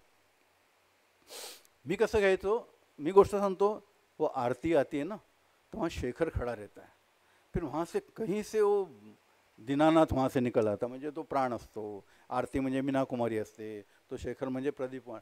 तर मी कॅरेक्टरची नावं घ्यायचं, हे माझ्यातलं वेगळेपण होतं. कारण मला कसं कुणास ठाऊक ते कळलं होतं, ही दिलीप कुमारची गोष्ट नाही आहे, ही मीना कुमारीची गोष्ट नाही आहे, हे फक्त ती कॅरेक्टर करतात, ही जी कॅरेक्टर करतात त्यांची गोष्ट आपण पाहतोय. त्यामुळे मी पात्रांच्या गोष्टींमध्ये त्यांच्या आयुष्यामध्ये शिरायचो. आणि मग मला हळूहळू कळायला लागायचं याच्यात काही चुकतं, हे असं केलं असतं बरं झालं असतं, तसं मला ते सुचायचं, मी काहीतरी बोलायचं वगैरे. तर या पद्धतीने मी सिनेमा बघायचो. आता मगाशी एक गोष्ट सांगितली तुम्हाला की पहिल्या नंबराचा विद्यार्थी होतो आणि तरीसुद्धा सिनेमाचं भयंकर वेड होतं, प्रचंड वेड होतं. आतासुद्धा मला पाटील साहेब म्हणाले की तुम्ही हे नरी कॉन्ट्रॅक्टर त्यांना माझ्या पुस्तकातला आठवला. मी लहानपणी क्रिकेट पण खेळायचो, नंतर वेड्यासारखं क्रिकेट खेळायचो. किती वेळा तर आमच्या त्या चाळीमध्ये सगळी पोरं क्रिकेट खेळायची. मला म्हणायची सगळी वडीलधारी माणसं, ये नरी कॉन्ट्रॅक्टर का चाचा आहे. इतकं क्रिकेट भिनलेलं होतं, जे होतं ते भिनलेलं होतं, सिनेमा भिनलेला होता. आता आमच्यावेळी SSCची परीक्षा 11वीला माझा शेवटचा पेपर हायर मॅथमॅटिक्स, दुपारी 3, 6 पेपर झालेले आहेत, दुपारी 3. तेव्हा मी राहायचो मुंबईला VTला आणि माझं केंद्र होतं सायन्सच्या शाळेमध्ये. आता दुपारी 3चा पेपर, आम्ही 2ला निघून येऊ शकतो, 2:30 पावणे 2ला निघून येऊ शकतो. पण मी दुपारी घरून 10 साडेदहाला निघालो, दादरला आलो, ब्रॉडवेला तेरे घर के सामने नावाचा सिनेमा बघितला आणि जाऊन हायर मॅथमॅटिक्सचा पेपर दिला. आणि ते गाणं फिल्म बघितली आणि मग अर्थातच त्याच्यामध्ये देवानंद आणि नूतन आहे, मी पण माझी कोणीतरी नूतन नजरेसमोर तेरे घर के सामने एक घर बसाऊंगा असं गाणं म्हणत पेपरला गेलो, पेपर दिला. पण त्या दिवशी थोडीशी गडबड काहीतरी त्या गणितात झाली, माहिती नाही काय झाली. ते 6 मार्काचं गणित मला काही केलं सुटेना. मी खूप प्रयत्न, मला पेपर सगळा 1.5 तासात पूर्ण झाला, पण त्या एका पेपरनी गणिताने इतका प्रॉब्लेम केला, सुटेच ना काही केलं. मग मी शेवटी लिहून ठेवलं, ज्या अर्थी माझ्यासारख्या मुलाला हे गणित सुटत नाही, या गणितात चूक असावी, असं मी लिहून ठेवलं. आणि तेवढे 6 मार्क गेले, 100पैकी 94 मार्क. सिनेमा माणसाला बिघडवत नाही, हे आपल्याकडे गोड गैरसमजत आहे. कोणी सिनेमा बघतो, अरे काय सिनेमा होतं, कामात नाही गेलेलं, मला अजूनही समजतात. अजूनही या वयाला, मगाशी माझा बायोडाटा त्यांनी कमीच वाचतेच म्हणाले की किती वाचून दाखव, मी थोडं मोजकंच वाचून दाखवतो, खूप आहे, 8-10 पानाचा माझा बायोडाटा आहे. तर इतकं सगळं केल्यानंतरसुद्धा आजही आमची साहित्यातली आमची मंडळी, नाटकातली मंडळी अशोक राणे सिनेमा बघ मला कमी लेखतात. म्हणजे ते आपल्याकडे जात असते ना, नाही जरा आहे पण जरा खालच्या जातीचं आहे असं ते जात काढतात माझी, मला कळतं ते. आणि मी मनातलं गंमत वाटते मला, अरे राजा तू साहित्यावरती नाटकावरती काय करतो ना, तू इथे मुंबईतल्या मुंबईत फिरतो रे, मी जगभर हिंडत असतो, आणि नुसतं फॉरेनला जात नाही, मी अजून फॉरेनला गेलेलं नाही, मला फॉरेनला जायचं नाही. मी सतत म्हणतो आपल्याकडे फॉरेनला राहण्याची जी कॉन्सेप्ट आहे त्याचं मला कधीच आकर्षण नव्हतं, मला जग बघायचं आकर्षण होतं. म्हणजे मी मुंबईच्या त्या सांतावच्या चाळीत राहत होतो, इतकी परिस्थिती वाईट होती, त्या परिस्थितीचं वर्णन नाही, रडगाणं गात नाही आहे, एक वेगळा संदर्भ म्हणून तपशील म्हणून देतो. परिस्थिती इतकी वाईट होती की एक वेळ महिन्याचा मंथली सेकंड क्लासचा पास काढताना 3-4 रुपये काहीतरी लागायचे, ते पण नसायचे. आणि माझे मित्र होते, त्यांना म्हटलं की यार मला एक आयडिया सुचली आहे. काय तर म्हणे एक रेल्वेचा पास मिळायचा त्या काळात, सर्क्युलर पास म्हणायचे त्याला. तर ते एक संबंध देशाचा पास मिळतो, तो 272, मला अजून आकडे आठवतात, 272 रुपयाचा एक पास मिळायचा. तो पास काढला की संबंध देशभर तुम्ही रेल्वेने फुकट फिरू शकता, देशाचा पास. आणि दुसरे मग 4 रिजनचे पास असायचे, ते 78 की 19 रुपये काहीतरी पर रिजन असायचे. मग एक एक रिजन तुम्ही करू शकता. तरी माझ्या मित्रांना सांगायचं की आपण ते 272 रुपयाचा पास काढू आणि आपण देश फिरायला जाऊ. तर 3 रुपये खिशात महिन्याचा पास काढायला नाही, मी 272, माझा पगार पण त्यावेळी तेवढा नव्हता, पण मला सुचायचं हे. मित्र म्हणायचे ह्याला काही वेळ लागले काय रे, साला कधी नसतात पैसे तर 2-5 रुपये मागायला आमच्याकडे येतो आणि हा 272 रुपयाचा म्हणून देश बघणार. मला काही वाईट वाटायचं नाही, मला सुचलं, मी सांगितलं. असंच मग आणखीन काही वेळा काळ गेला, मग मला एक वेगळी आयडिया सुचली. तर 272 रुपये तर आपल्या मित्रांकडे नाही, आपल्याकडे पण नाही, देश तर बघायचं आहे, मग काय करायचं. तर मी आयडिया नवीन काढली. म्हटलं आपण काय करायचं, आपण हायवेने निघायचं चालत चालत. वाटेत जे काही गाड्या ट्रक बिक काय थांबतील ना त्यांना हात दाखवायचं. एस टीवाले काही घेणार नाही, पैसे नाहीत, त्या गाड्या विड्यांना हात दाखवायच्या. गाड्या रस्त्याला कमी, आज कशा कार फिरतात तेवढ्या नव्हत्या, पण ट्रक बिकला हात दाखवायचा. क्या है भैया, हमको आगे तक जहाँ तक आप छोड़ दो, पैसे तो है नाही. पुढच्या टप्प्याला मध्ये वाटलं तर मध्ये उतरायचं, कुठेतरी झाडाखाली राहायचं, नदीवर आंघोळ करायची, विहिरीवर आंघोळ करायची, काहीतरी खायचं प्यायचं. आणि देश रस्त्याने, किती नोबल आयडिया होती बघ. आज कौतुक वाटतं माझं मला, हे मला त्यावेळी सुचणं. माझे मित्र परत चेष्टा करा, काय मूर्ख आहे का रे. आता माझ्या मूर्खपणाचा कळस मी 3ऱ्यांदा केला त्याच वयात. मग मला कुठून तरी माहिती कळली, मित्रांना सांगितलं की मला असं कळलं की मुंबईवरून रोमचं विमानाचं तिकीट स्वस्त मिळतं. मग रोमला जायचं आणि तिकडून युरोपियन रेल्वेचा पास काढायचा आणि संबंध युरोप, सगळे देश बघून यायचं. ते म्हणाले हा आता गेला, हा बहुतेक ठाण्याला जाणार, बहुतेक हा ठाण्याच्या वेड्याच्या हॉस्पिटलला. हा काय माणूस आहे. बरं स्वस्त म्हणजे विमानाचं तिकीट किती असणार, हे मी 71-72ची गोष्ट सांगतोय. 1952ला अमिताभ बच्चनचे वडील हरिवंशराय बच्चन जेव्हा लंडनला गेले तेव्हा त्याचं तिकीट 5,000 रुपये होतं. ते त्यांना नेहरूंनी दिलं होतं त्यावेळी, आणि मग त्याच्या सरकारतर्फे, आणि मग त्यांना नोकरी वगैरे दिली. कारण ते 5,000 होते कुठे त्यांच्याकडे, हा शिक्षक माणूस. ते 5,000 त्यांना भारत सरकारने दिले आणि त्याच्या बदल्यात त्यांना आल्यानंतर ते शिक्षण करूनंतर त्यांना INB मिनिस्ट्रीमध्ये नोकरी करावी लागली हरिवंश बच्चनना. आता मी हे असं पासाचं, तर तात्पर्य काय, मला जग बघायचं होतं. मला फॉरेन नव्हतं बघायचं, मला जग बघायचं होतं. त्याच्यासाठी मी फिरत असतो. तर हे सगळं मला ह्या सिनेमाने दाखवलं. मी सिनेमा, मी परत ही गोष्ट सांगतो सगळीकडे. तसं माझ्या हे जे पुस्तक माझं होतं त्याच्या प्रकाशनामध्ये, माझ्या भाषणामध्ये एक वाक्य म्हटलं होतं की साहित्याचा व्यासंग असतो, इतर कलांचा व्यासंग असतो, सिनेमाचा का नाही व्यासंग असत. अशोक राणे की आणखीन असे देशातले की परदेशातले अशोक राणे जगभरचे सिनेमे बघत राहतात, त्याच्यातलं वाचत राहतात, लिहित राहतात, बोलत राहतात, चिंतन मनत करत राहतात. हा काय टाईमपास म्हणून सिनेमा बघतात. बरं आम्ही कुठल्याही प्रकारचे सिनेमे बघतो. तुम्ही जातपात पाळता, जे तुम्ही सर्वसामान्य माणसं सिनेमा बघणार नाही रे बाबा, आपण शाहरुख खानचा सिनेमा आपण देखताच नाही, शाहरुख खान का लगेच तो शाहरुख खानवरती त्याने कायमची काटच ना. मी शाहरुख खानचा बघू शकतो, काही बघू शकतो. मी सिनेमा पाहतो, मी सिनेमा पाहतो. ही जी चौकट आहे ना, या चौकटीमध्ये मित्रांनो प्रचंड मोठी जादू आहे आणि ती मला जगभरच्या दिग्दर्शकांनी दाखवली आहे आणि त्याचं वेड आहे आणि त्यांनी मला सिनेमा पाहणारा माणूस म्हणून घडवलेलं आहे. किती सिनेमे बघितले मग म्हटलं ना, वर्षाला 600 सिनेमे मी बघतो. आता मी सहज आकडेकडून मला मी त्या काय गिनीज बुक वगैरे, मला काही माझा एक मित्र म्हणाला अरे तू ते गिनीज बुक, म्हटलं मी गिनीज बुकसाठी नाही केलं, हे माझ्यासाठी केलं. मी 25,000च्या वर सिनेमे पाहिलेले. तर त्या सगळ्या सिनेमांमधून मला इतकं काही जगाविषयी मिळालं. म्हणजे सिनेमा पाहणं काय, आपल्याला आवडतं नटनट्या, आपली आवडती गाणी, एवढा सिनेमा असतो. त्याच्याशी भांडण नाही मात्रांनो माझं अजिबात. आमच्या वेळी आमचे आवडते नटनटी होते, मधल्या काळातल्या लोकांचे होते, आता तरुण मुलं मुली त्यांचे आवडतं. माझं भांडण अजिबात नाही, मी काही बघू शकतो. पण ते नटनट्या, ती गाणी, ते सगळं आवडणारं म्हणजेच सिनेमा का? त्याच्या अलीकडे पलीकडे काहीच नसतं का? म्हणजे मी नेहमी असं म्हणतो की मी 10 वर्षाचा असतो तेव्हा ज्या प्रकारचा सिनेमा बघतो, म्हणजे मजा, करमणूक, ते ह्याच्यामध्ये होतं ना डर्टी पिक्चरमध्ये, what is cinema, cinema is entertainment entertainment entertainment. तर हे 10व्या वर्षी एंटरटेनमेंट, 20व्या वर्षी, 30व्या वर्षी 40, 50, 60, 70, 80, 90 एंटरटेनमेंट. मी मुंबईला प्रभात चित्रमंडळ नावाची एक फिल्म सोसायटी आम्ही चालवतो. तर 1 वर्ष मी त्याचा एक असा कार्यक्रम केला, एक प्रयोग केला की त्याची प्रोग्राम आमच्या सगळ्या मेंबरला दे. वर्षभर आम्ही जवळजवळ 70-80 सिनेमे दाखवतो. तर 1 वर्षी मी काय केलं की त्या प्रोग्रामवर असताना एक क्रीम लिस्ट बनवली, मराठीतली क्रीम लिस्ट, म्हणजे मराठी साहित्यिक, मराठी कलाकार, चित्रकलेतले, संगीतातले, नाटकातले, आणि त्यांना फुकट 1 वर्ष कार्यक्रम पाठवला की तुम्ही या आणि हे सिनेमे बघा. आता ते येतील आणि आम्हाला मेंबर मिळते म्हणून नाही केलं, कारण आमचे साहित्यातल्या लोकांनी सिनेमाच नाही पाहिला, आमच्या नाटकातल्या लोकांनी सिनेमाच नाही पाहिला. आता नाटकातली मुलं सिनेमा करतात पण ते सुद्धा सिनेमा बघत नाही, ते इतरांचा मराठी सिनेमा बघत नाही, बाकी काय बघतील. आता मी बँगलोर फेस्टिवलला गेलो होतो, किडनॅप नावाचा सिनेमा बघितला आहे मी, त्याच्याशी गेले 3 महिने भेटेल त्याच्याशी त्या किडनॅपविषयी बोलतो, पण आमचे लोक तो सिनेमा बघणार नाहीत, ते शोधणारच नाहीत, कारण त्यांना काही त्याचं कळतच नाही ना.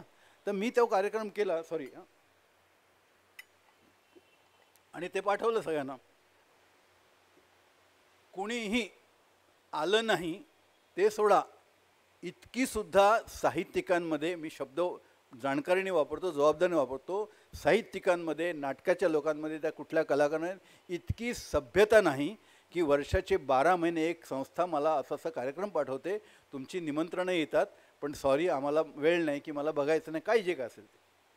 एक पत्र नाही माझ्याकडे कोणी याचं पाठवलं. विजय तेंडुलकर आणि भालचंद्र नेमाडे हे दोघं सिनेमा वेडे लोक आहेत. हे आमचे मेंबर होते पैसे भरून, ते फिल्म बघायचे. मी एकदा भालचंद्र नेमाडेंची मुलाखत घ्यायला त्यांच्या घरी गेलो होतो, त्यांची माझी खूप दोस्ती आहे, त्यांच्या घरी मुलाखत आम्ही घेतली होती. तर बोलता बोलता त्यांनी असं, मला आता आठवत नाही ते गाणं, ते म्हणाले की अरे अशोक, ते अमुक गाणं आहे ना, ते अमुक सिनेमातलं आहे नाही का ते गाणं असं. तर म्हटलं नाही हो सर, ते गाणं त्या सिनेमातलं नाही, ते अमुक सिनेमातलं. नाही रे, त्या सिनेमातलं आहे. तर म्हटलं नाही, मग मी कधी पैज लावत नाही, मी म्हटलं मी चेक करीन, नाही थांब.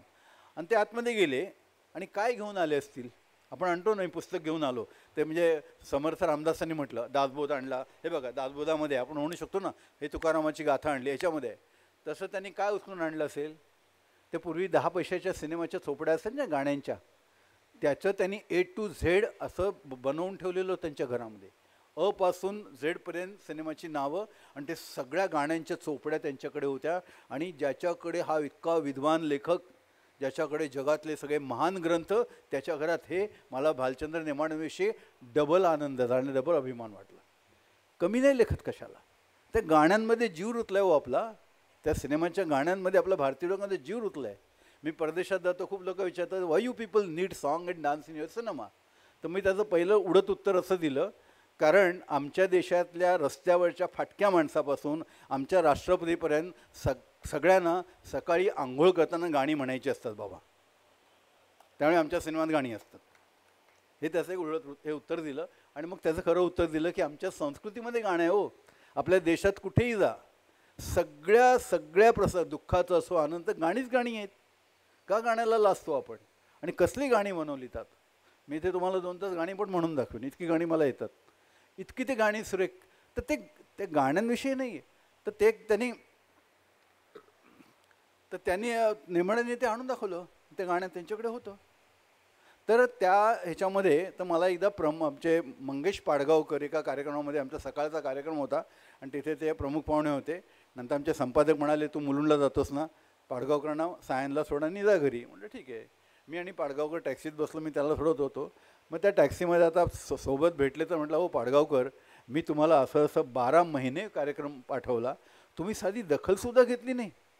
त्यांनी मला काय सांगावं. ते म्हणाले बघा राणे, मला आता आठवत नाही तुम्ही पाठवल्याचं असेल, मी पाहिलं असेल, माझ्याकडनं राहिलं असेल, मला आठवत नाही. पण काय होतं म्हणजे नाही, जगातले सिनेमे. आणि म्हटलं मी त्यांना एक आठवण केली. 1 महिन्यामध्ये आंद्रे तार्कॉव्स्की हा रशियातला बाप माणूस आहे, त्याला द पोएट ऑफ सेल्युलाइड म्हणतात, सिनेमाचं कवी म्हणतात तार्कॉव्स्कीला. त्याचे सिनेमे मी दाखवले आणि त्या तुमच्या प्रोग्राम नोटमध्ये मी श्रीयुत पाडगावकर नमस्कार, हा जो आंद्रे तार्कॉव्स्की आहे याचे वडील हे रशियातले मोठे कवी आहेत अशी नोट जोडली होती.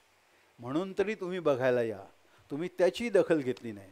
तर पाडगावकर मला म्हणतात नाही ते सगळं ठीक आहे हो, तुम्ही एक काम करा, 50s आणि 60sचा ना तो हॉलिवूड आणा, तो दाखवा आम्हाला, मग आम्ही येतो की नाही बघा. म्हणजे चमचमीत पदार्थ वाढा, नवीन पदार्थ काही दाखवू नका, आम्ही तो काही खाणार नाही. ही भारतीय वृत्ती आहे आपली. मी आता आलो माझ्या नेहमीच्या एका लाडक्या उदाहरणासाठी. आपल्या खाण्याच्या सवयी आहेत ना, त्या आपल्या सगळ्या स्वभावाविषयी, आपल्या व्यक्तिमत्वाविषयी बोलतात. माझी एक फ्रेंच कॉन्सर्टमध्ये मैत्रीण होती, तर ती आम्ही सिनेमाचे खूप गप्पा मारायचो. तर ती एकदा मला बोलता म्हणाली की Ashok, you always give example of food habits of people. म्हटलं yes, that speak volume about the people, everybody, the personality. की तुम्हाला एक पदार्थ खायला दिला, काय आहे ते लगेच, हे बघा काय आहे ते, का तोंड वाकडं करतो रे बाबा, नको खाऊस ना, जबरदस्ती नाही केली, आमच्याकडे आला, तुला एक पदार्थ दिला, खा. कसलं असतं ते, कशाने, हे काय बनवलेलं, काय म्हणतात. अरे 17 प्रश्न. माझ्या घरी आलेल्या माणसाला मी काय ती चांगलंच देणार ना. आता फक्त व्हेज नॉनव्हेज असेल तर बाबा व्हेज असेल तर नॉनव्हेज नाही ना, एवढा प्रश्न नाही विचारला तर मी समजू शकतो. पण हे कसं असतं, काय असतं, मग तो खाताना सुद्धा ना, नाही तुम्ही मी म्हटलं खाऊन तर बघा, तर ते खाऊन तर बघा, नंतर आता पंचायत होते. मग तो हात नेतो ना त्या पदार्थाशी, तो धरतो आणि तो ओढून, ह्याला एक कमीत कमी 30-40 वर्ष जातात एवढ्यामध्ये. त्याला मोटिवेशनच येत नाही, त्याला मोटिवेशनच येत नाही की अननोन, समथिंग इज अननोन. जे अपरिचित आहे ते आवडत नाही असं आपण ठरवून टाकलेलं आहे. जे परिचित आहे ना, रोजचा डाळ भात, रोजचं एकाच प्रकारचं. आपल्या देशामध्ये आपण जेवढ्या जातीपातीचे लोक आहोत ना, प्रत्येकाच्या जातीपातीचं एक जेवणाची पद्धत आहे. ती जन्मापासून मरेपर्यंत तेच खातात चहा, काही जरा बदलत नाही. मला राग येतो, सॉरी, मला राग येतो, म्हणून माणसं बदलत नाहीत. म्हणून आपल्याकडे सिनेमाचे जरा कोणाला सांगायला जा, कशाला ते. माझ्या शेजारच्या बिल्डिंगमध्ये माझा एक मित्र आहे, माझ्याच वयाचा आहे, बऱ्यापैकी वाचक आहे वगैरे वगैरे, पुस्तकं विकत घेऊन वाचणारा गर्भश्रीमंत माणूस. माझी एवढी 40 वर्षांची मैत्री आहे. कधीतरी आम्ही संध्याकाळी माझ्या घरी त्याच्या घरी काय 2 घोट घ्यायला काहीतरी गमतीने बसतो कधीतरी. तेवढ्यासाठी तरी तो माझ्या घरी आला. तर माझ्याकडनं आता 40 वर्षामध्ये माझा एवढा सिनेमा प्रवास झाला. या माणसानं मला आज तागायत की चायला तू इतक्या जगभराच्या सिनेमाच्या गोष्टी म्हणतो, मला एक सिनेमा दे रे, बघतो घरी जाऊन. नाही म्हटलं, इतकं सुद्धा कुतूहल, इतकं सुद्धा औत्सुक्य नाही. आणि मग मी ज्या पद्धतीने मी किंवा माझ्यासारखे लोक जगातले सिनेमा बघत आले, कारण आम्हाला सिनेमामध्ये साहित्य होतं, सिनेमामध्ये नाटक होतं, सिनेमामध्ये चित्रकला आहे, सिनेमामध्ये संगीत आहे, सिनेमामध्ये नृत्य आहे, सिनेमामध्ये स्थापत्यकला आहे. ह्या सगळ्या 64 कलांनी बनलेली ही गोष्ट आणि त्याची जादू मगाशी म्हटलेली ती आम्हाला कळलेली आहे. म्हणून आम्ही कुठल्याही प्रकारचा सिनेमा बघू शकतो. मी आता मगाशी तुम्हाला गाऊन पटकन आलं ते मी गाऊन दाखवलं. मी वर्गामध्ये सिनेमा शिकवताना मुलं अशी बघत राहतात, पटकन मी गातो, पटकन गाऊन जातो, पोरं बघत राहतात, अरे हा एकदम मास्तर गायला काय लागला. मला उदाहरण द्यायचं असतं. मी सिनेमातल्या गाण्याचं मला कमीपणा नाही वाटत. हा आमच्या पद्धतीचा सिनेमा. मी तुमच्या घरी जेवायला आलो तो तुम्ही तुमच्या पद्धतीचाच वाढणार ना, की तुम्ही मला विचारणार अहो राणे तुम्ही आमच्या घरी जेवायला येत आहे, तर तुमच्या घरी तुम्ही कशा पद्धत, तुमच्या बायकोला सांगा तुमची रेसिपी पाठवायला, आम्ही ते जेवू घालतो, असं होणार का. तर मी तुमच्या घरचं खाल्लं पाहिजे, तुम्ही मला बोलवलेलं आहे. हां थोडंसं काही आवडलं नाही, तिखट वगैरे काही थोडंसं काय असेल तर दॅट इश्यू, की मी फ्रँकली नाही मला भाजी आवडली की बाबा चिकन आवडलं काय थोडं तिखट लागतं आहे मला, किंवा हे अमुक जरा गोडूस लागतं ते थोडं मी, पण नाही मी खातो हे सगळं. तर लोक खायलाच मागत नाही. आणि याच्यामुळे त्या तुमच्या, तर हे आमचे मंगेश पाडगावकर म्हणाले तो हॉलिवूडचा गोल्डन इराचे सिनेमा आणून दाखव, मग मी येतो. म्हणजे मला जे आवडते ते चमचमीत समोर वाढ, तर मी ते खाईन, नाही तर नाही खाणार. हे नवीन पदार्थाची मी टेस्ट बीस घेऊन मी काही करणार नाही, अशी ही सवय लागलेली असते. आणि हे सांगण्याचा प्रयत्न मगाशी माझ्या सांगितलं की आम्ही जगभर जातो, देशभर जगभर जातो, लोकांना सांगतो. आता आमची जी एक मोठी संघटना आहे फी प्रेस की म्हणून, ती जगातल्या फिल्म क्रिटिकची ऑर्गनायझेशन, त्याचं इंडियन शाखा आहे, त्याचा मी पदाधिकारी आहे. आम्ही आता भारत देश केवढा मोठा, भारतातली कॉलेजेस किती, तिथे सिनेमाचे कोर्सेस सगळीकडे सुरू झाले, मास्टरच नाहीत त्यांच्याकडे.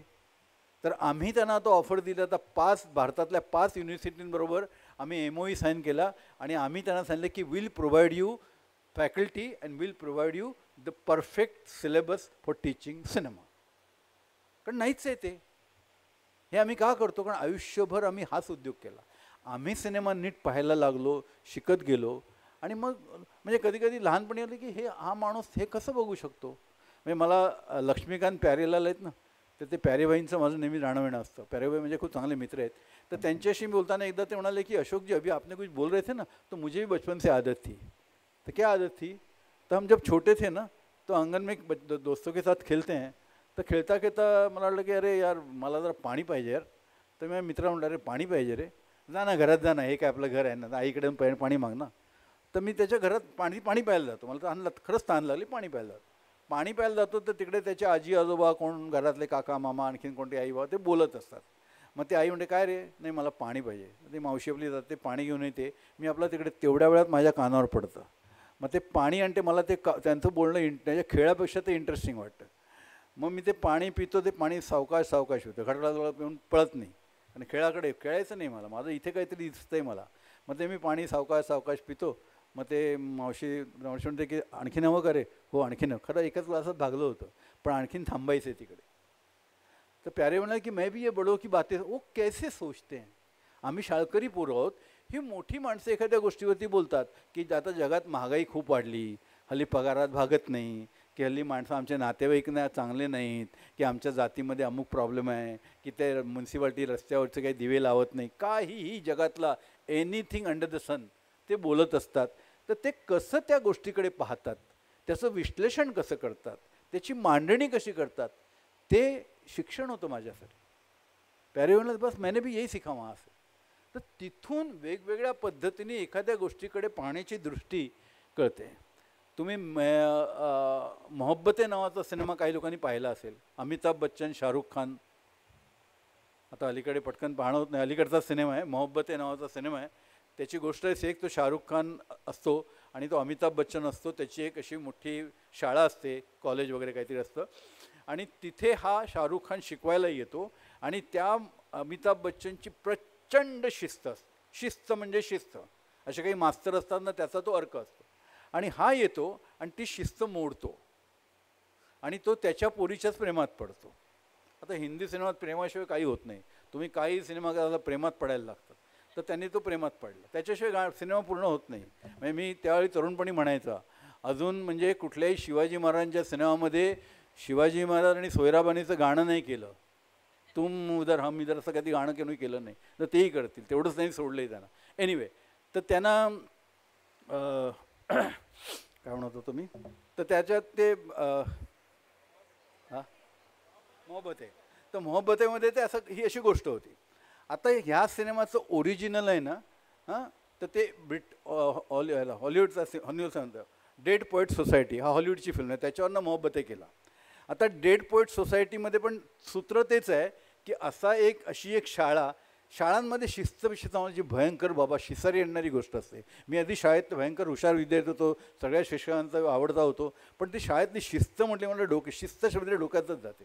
तर ते सगळ्या शाळांमध्ये येते. मास्तरांना शिकवण्याची शिस्त लावण्यात भयंकर इंटरेस्ट. शिस्त आहे बस कशाला उभा राहू दे की त्याला नाही.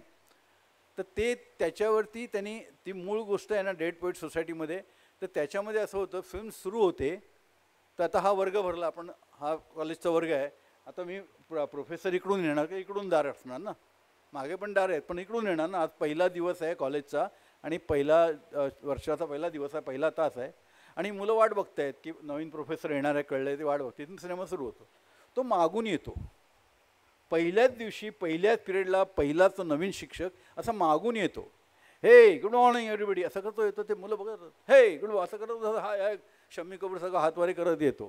म्हणजे ते प्रोफेसर कसे येतात टाय भी लावून, त्या काळातले आणखीन ते असे. So what you going to do today, मग ते फिलॉसॉफी क्लास असं ते भयंकर सिरियस. हा असा येतो, तो येतो आणि ती मुलं म्हणतात बघत राहतात, ह्याला हा काय वेगळाच माणूस आहे. तर तो म्हणतो okay what you going to do today, what class today. तर एक मुलगा म्हणतो it's a class of poetry sir. Okay take out your books. ते सगळी मुलं पुस्तक काढतात, कवितेचं पुस्तक काढतात. तर तो म्हणतो what's there in the beginning in the book. तर एक मुलगा म्हणतो there is something some kind of a essay introduction to poetry. How many pages. एक मुलगा म्हणतो 13 पेजेस. टेअर देम ऑफ म्हणतो, फाडून टाका 13 पान. हायला मास्तर की काय, पहिल्याच दिवशी पुस्तकातली पानं फाडायला सांगतो. पोलं धजावत नाही, काय भरोसा. मी म्हटलं फाडणे मारायचा मास्तर. मी म्हटलं फाडला काय रे, मूर्खांनो असं पुन्हा बोलेल ना, भरोसा काय, परंपरा आहे आपल्याकडे. तर तो नाही फाडत, ती पोरं फाडत नाहीत. पण एक पोरगा असतो ना, तो सगळ्यांच्या आधी फाडकन घेतो 13 पानं फाडून टाकतो. तर त्याला नेहमीच मार बसतो. आज आणखीन मार बसेल, फरक काय पडतो. तो पान फाडल्यानंतर त्याला मार बसत नाही, दुसऱ्याला तिसऱ्याला, असं सगळे बरोबर सगळी पोरं पुस्तकातली पानं फाडतात. त्यातला एक मुलगा असतो ना, तो ममाज बॉय, स्कॉलर, एकदम स्टुडियस पोरगा, तो अशी पट्टी ठेवतो आणि अशी पानं फाडतो व्यवस्थित. झालं. आता तो म्हणतो की why I told you to tear those 13 pages. आता तो प्रश्न विचारतो, उत्तर त्यांनी द्यायची गरज नाही, ती पोरं उत्तर देतात. काय माहिती आहे, we don't need a third person to introduce us to the poetry, we can do it ourselves. हा धडा देणारा तो सिनेमा इकडे मोहब्बतेमध्ये बघा काय होतं. ते प्रेमाचं, मग तो त्या पोरीच्या प्रेमात पडतो, त्या ऐश्वर्या राय तिची अमिताभची पोरगी आहे, ते प्रेम, मग त्याला हाकलून देतं काय काय. आणि त्याच्यामध्ये पुन्हा एक असं सीन आहे त्या मूळ फिल्ममध्ये की मुलं शिस्तीला कंटाळतात ना, मग ती रात्री त्यांचा एक अड्डा असतो, त्या अड्ड्यावरती रात्री पोरं हॉस्टेलमध्ये त्या अड्ड्यावरती आडोशाला जाऊन रात्री बसतात आणि ते काही अशी चावट मॅगझिन्स त्यांना मिळवतात. पोरं, ती मुलं काही मिळवू शकतात, तर ते मिळवतात. तर ती मुलं ना ते पुस्तकातले ते असे न्यूड्स बघतायत. तर तो पहिला मुलगा बघतो ना, तर तो त्याचं असं पुस्तक पुढच्याला सरकवतो. तर त्याने जे पाहिलं तो समोर त्याच्या आपल्याला दिसतं प्लेबॉयचं आहे, त्याचा मध्ये एक अंक दिसला प्लेबॉय, आणि हा बघतोय, त्याचे डोळे विस्फारलेले, काहीतरी पाहिलं त्याने, आणि तो पुढच्याला देतो. आणि मग ते चित्र त्याने बघितलं तर एक शॉट इकडून पण आहे, पण तेव्हा तो पुस्तक सरकवतो. आता ते पुस्तक सरकत पुन्हा याच्यापर्यंत येतं. ते चित्र तुम्हाला दाखवत नाही, तो डायरेक्टर ते दाखवत नाही, पण आमच्या मोहब्बतेमध्ये तसाच सीन आहे आणि ते चित्र दाखवतं. ही आपली वृत्ती सिनेमा. म्हणून तो सिनेमा आपल्याकडे कधी कधी वाईट बनतो की तो वाह्यात बनतो, त्याची कारणं आपल्याकडे दडलेली आहेत त्याची, की आपण अशा पद्धतीने आपल्याला लोकांना असं म्हणजे काहीतरी चावट देणं, त्यांना खिळवून ठेवणं, त्यांची मौज करायला लावणं. म्हणून मग मंगेश पाळगावकरांसारखा माणूस म्हणतो, जो सलाम नावाची उत्तम कविता करतो, जो जिप्सीसारखी कविता लिहितो, तो फक्त मला म्हणतो मसालेदार सिनेमा देतं मी बघतो. तर सिनेमा म्हणजे फक्त मसाला, सिनेमा म्हणजे फक्त मौज, म्हणजे सिनेमा बघून करमणूक होते.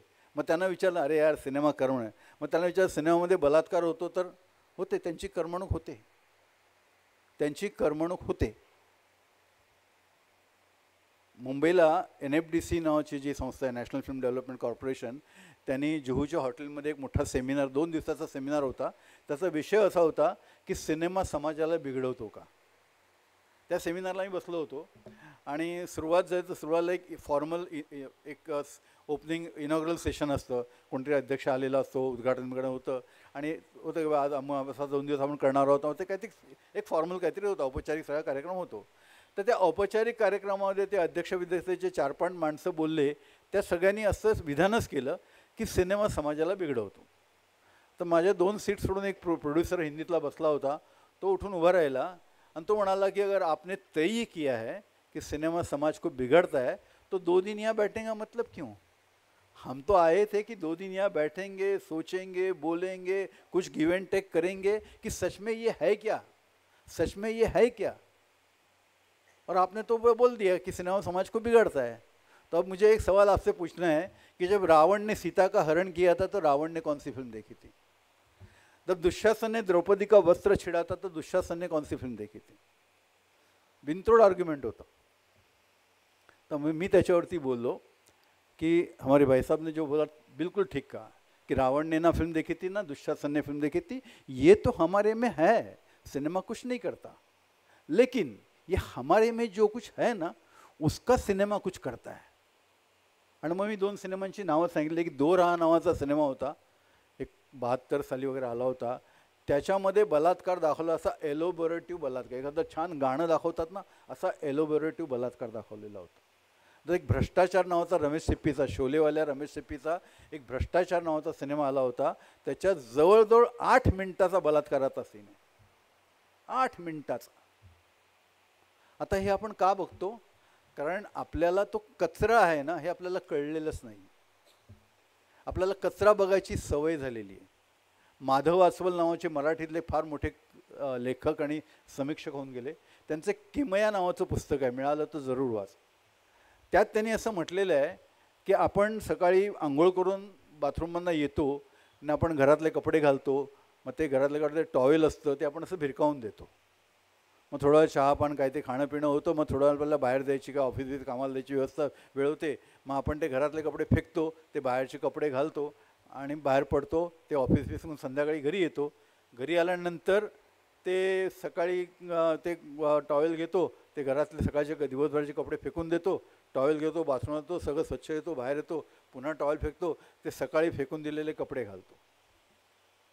आता थोडं विनोदी आहे, पण आमच्या का माझ्या मित्राने सांगितलं त्याचे मेव्हणे ते सकाळी जाताना तो पायजामा असा सोडतात ना, तर तो ळ जागेवरतीच असतो असा, आणि संध्याकाळी येतात ते बरोबर तिथे पाय ठेवतात आणि उचलतात. इतका आळस. एनिवे, तर ते त्याच्यामुळे ते म्हणाले की माधव असं म्हणतात की ह्या ज्या डेड गोष्टी आहेत, या निर्जीव गोष्टी आहेत, तो टॉवेल ते फेकून दे, ह्या निर्जीव गोष्टी आहेत, पण हे तुमचं जेवढं वाटोळं करतं एखादा क्रूर कर्म करत नाही, कारण तुमची सौंदर्य दृष्टी मारतं. तुम्हाला काय बरं काय वाईट बघायची अक्कलच ठेवत नाही, कळत नाही आपल्याला. मी असा त्या सांतोच्या चाळीत राहत असताना माझा एक थोडासा माझ्याशी एल्डरली मित्र होता आणि त्याच्या घरात बसलो होतो आणि त्याचा माझा जोरात वादविवाद चालला होता आणि त्याची मुलं तिथे अभ्यास करून टी व्ही चालू होता. आमचं दोघांचं लक्ष, आम्ही दोघांत वाद घालत होतो. इतक्यात त्याच्या कानावरती काहीतरी शब्द पडले, तर तो एकदम त्या डिस्कशनमधून बाहेर आला आणि त्याने टी व्हीकडे बघितलं. मुलीला पहिला टी व्ही बंद कर. त्या मुलीने पटकन अभ्यास टाकला आणि टी व्ही बंद करून टाकला. मग आमचा पुन्हा वादभीत सुरू झाला आणि इतक्यात थोड्या वेळाने परत बाहेरनं आवाज आले, छायागीत सुरू झालं. छायागीत सुरू झालं, रे टी व्हीला ठेव छायागीत. तर छायागीत सुरू झालं आणि ते गाणं ऑलरेडी सुरू झालेलं होतं. हमजोली नावाचा सिनेमा होता, जितेंद्र आणि लीना चंदावरकरचा. ते दोघं पावसात गच्च भिजतात आणि त्यांचे कपडे अंगाशी गच्च, म्हणजे त्या लीना चंदावरच्या अंगावर कापड टाकूनच पंजाबी ड्रेस शिवलेला, इतका तो गच्च, तो घालता येणारच नाही. त्यावेळचे ते नट्यांचे तुम्ही पाहिले असतील ना पंजाबी ड्रेस, तर ते अंगावरती कपडा टाकूनच शिवलेला असणार, तो घालताच येणार नाही, शक्यच नाही. तो असा घातलेले कपडे ते असे एकमेकाच्या अंगावरती वेटोळं घेत जातात आणि ह्याची बायको येते, मी तिथून निघून जातो आणि याची बायको ती मुलं ते हमजोलीचं गाणं बघतात. त्याला ते गलिच्छ वाटत नाही, पण त्याच्या आधीचा जो कार्यक्रम होता ते त्याला गलिच्छ वाटतं आणि ते होतं आरोग्य संपदा नावाचा कार्यक्रम. त्यावेळी मुंबई दूरदर्शनला आरोग्याविषयी खूप सर्व वयाच्या लोकांचे कार्यक्रम तेथे व्हायचे. आणि त्या दिवशीचा जो कार्यक्रम होता, तर ती मुलं मुली जेव्हा वयात येतात तेव्हा त्यांच्या आयुष्यात शरीरामध्ये काय बदल होतात, मुलं मुली वयात येताना काय बदल होतात, ह्याच्यावरती विषय चालला होता. आणि त्याच्यावरती बोलताना आता सर्रास वापरला तो शब्द, त्यावेळी फार क्वचित कोणी शब्द वापरायचा, मासिक पाळी शब्द आला. आणि त्या माझ्या मित्राला ते घाण वाटलं, नुसतं तिनं शब्द वापरला आणि हे चाललं आणि ते त्या मुलीबरोबर बघणं चाललं आणि त्या मुलीचा तोच प्रॉब्लेम होता, तिला ते शिक्षण होतं ते त्याने दिलं नाही, पण हे चाललं. आपली नजर मेलेली आहे, आपण नीटपणे गोष्टी बघायला शिकलोच नाही कधी, म्हणून आपण एकाच प्रकारच्या गोष्टी बघतो. आत्ता गेले काही, आता मी थोडं हे उडत बोलतोय, आत्ता गेली 15 वर्ष हा जो नवीन वर्ग 90 नंतर जन्माला आलेली मुलं, 2000 जन्म आलेली मुलं आहेत ना, ह्या मुलांमध्ये थोडासा सिनेमाविषयक दृष्टिकोन येतोय, थोडी सिनेमाची लिटरसी या मुलांमध्ये आहे असं मी छातीठोकपणे माझ्या अभ्यासातनं सांगू शकतो. कारण हे भलतंसलतं चालवून घेत नाही, मॅटर ऑफ फॅक्ट जनरेशन आहे, यांना भलतंसलतं चालत नाही. म्हणजे माझ्या 2 मुली आहेत मला, तर त्या लहान होत्या आणि आमचं कधी घरात टी व्ही होती, गाणं सुरू होतं, तर मीना कुमारनी प्रदीप कुमार गाणं म्हणत होते आरती सिनेमातलं आणि त्या गाणं छायागीत चाललं होतं. तर ती माझी धाकटी मुलगी मोठ्या बहिणीला सांगते, ए आई बाबा गाणं म्हणतात बघ.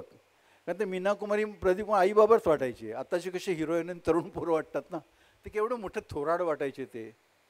तर ह्या मुलांची दृष्टी बदललेली आहे, ते मॅटर ऑफ फॅक्ट जनरेशन आहे. आता त्यांच्यात बदल घडतो आहे आणि म्हणून मग सिनेमामध्ये आता खूप टेक्नॉलॉजी म्हणा, त्याचं एस्थेटिक म्हणा, त्याची मेकिंग म्हणा, आता खूप बदललं आहे.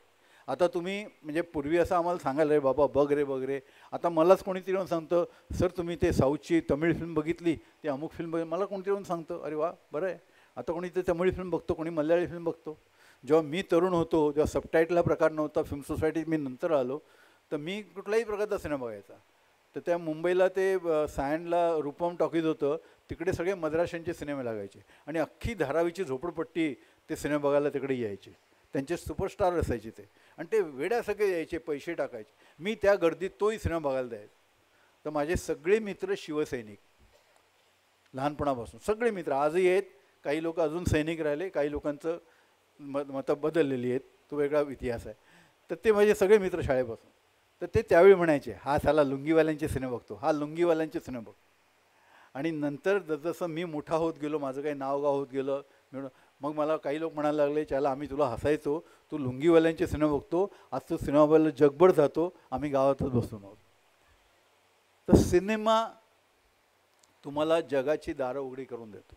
म्हणून मग अशी मी नाटकवाल्यांची चेष्टा नाही केली. आमच्या नाटकवाल्या, मी लिहिलं होतं माझ्या एका लेखात म्हटलं होतं, आमच्या मराठी नाटकवाल्यांची सिनेमाचं भूगोल केवढा माहिती आहे? मराठी नाटकातनं मराठी सिनेमात येणाऱ्यांचा भूगोल केवढा? तर शिवाजी मंदिर ते प्लाझा, संपला भूगोल त्यांचा. त्यांना पुढचं काही माहितीच नाही, बघतच नाही, सिनेमेच बघत नाही, आणि छाती ठोकपणे सांगतात आम्ही सिनेमेच बघत नाही. तर या प्रकारचं एक वातावरण आपल्याकडे आहे, कारण ही दृष्टी आपण डेव्हलप नाही केली.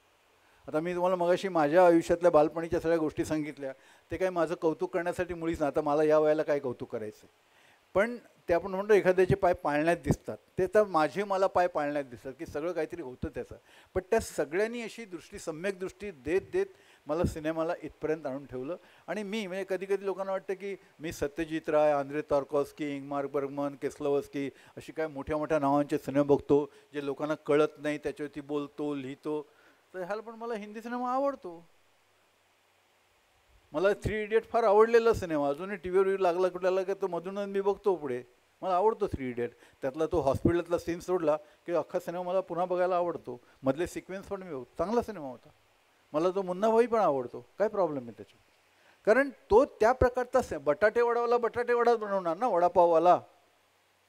तो बासुंदीपुरी बनवेल का? आणि त्याची बासुंदीपुरी खायला कोण जाईल रस्त्यावर? तो त्याचा स्टफ बनवणार. आता तो स्टफ आपण खायचा की नाही, त्याची चव आपल्याला कळते की नाही, ती संस्कृती आपल्याला कळते की नाही, आपला प्रश्न आहे.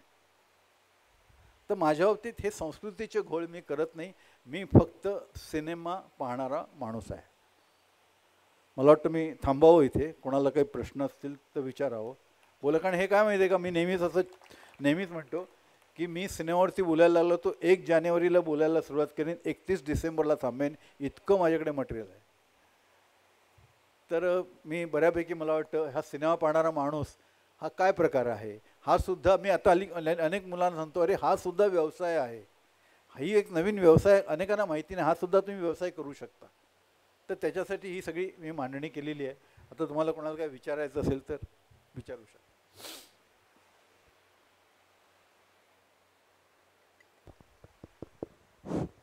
कोणाला प्रश्न विचारायचे असेल ते विचारू शकता.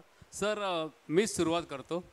आपण टोरंटो, मॉस्को आणि बर्लिनला वगैरे ते ज्युरी म्हणून वगैरे आपण काम केलेलं आहे. तर एखादा बर्लिनचा वगैरे आपल्याला एखादा अनुभव, तुम्ही जे तिकडे काम केलं आहे, एखादा अनुभव सांगा ना तुम्ही. खूप अनुभव. एक आता मला त्या एका सिनेमाचं नाव आठवत नाही, पण आम्ही असे, माझं काय माहिती आहे का, आपलं मराठी माणसांचं एक मी वैशिष्ट्य सांगतो. मराठी माणूस आहे ना, त्याचं एक वैशिष्ट्य, त्याच्या आधी एक जोक सांगतो, माहीत नाही वैशिष्ट्य नंतर सांगतो, की जेव्हा नील आर्मस्ट्रॉंग चंद्रावरती गेला, आता माझा जोक आहे, आर्मस्ट्रॉंग चंद्रावरती गेला तर अमेरिकेला, अख्ख्या जगाला वाटलं की तो पहिला माणूस चंद्रावरती गेला. हे खरं नव्हतं.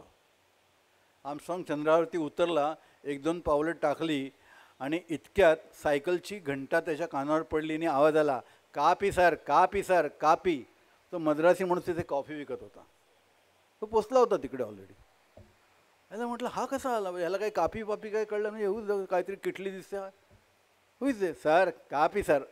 अरे इतक्यात त्याने बघितलं तर एक माणूस, दुसरा माणूस त्याच्याकडे येत होता. आईला आणखी दुसरा पण माणूस माझ्या आधी आलेला आहे, हा कोण आहे? तर तो आला, तो त्याला म्हणाला, कुछ प्लॉट जो आहे क्या, प्लॉट जो आहे क्या, प्लॉट. तो इस्टेट एजंट होता गुजूभाई आपला. तो चंद्रावरती प्लॉट घेऊन विकायला बसला होता तिकडे. त्याच्या आला हे दोघं ऑलरेडी आले होते. एक माणूस लांब उभा होता, तो काय आला नाही आर्मस्ट्रॉंगपर्यंत. मग आर्मस्ट्रॉंग त्याच्याकडे गेला. तो म्हणे, काय बाबा तू कोण? तर म्हणे, मराठी माणूस आहे. तू काय करतोयस? दुसरा मराठी माणूस याची वाट बघतोय. काय करणार तू आल्यावर? मंडळ स्थापन करणार, मी अध्यक्ष तो सेक्रेटरी.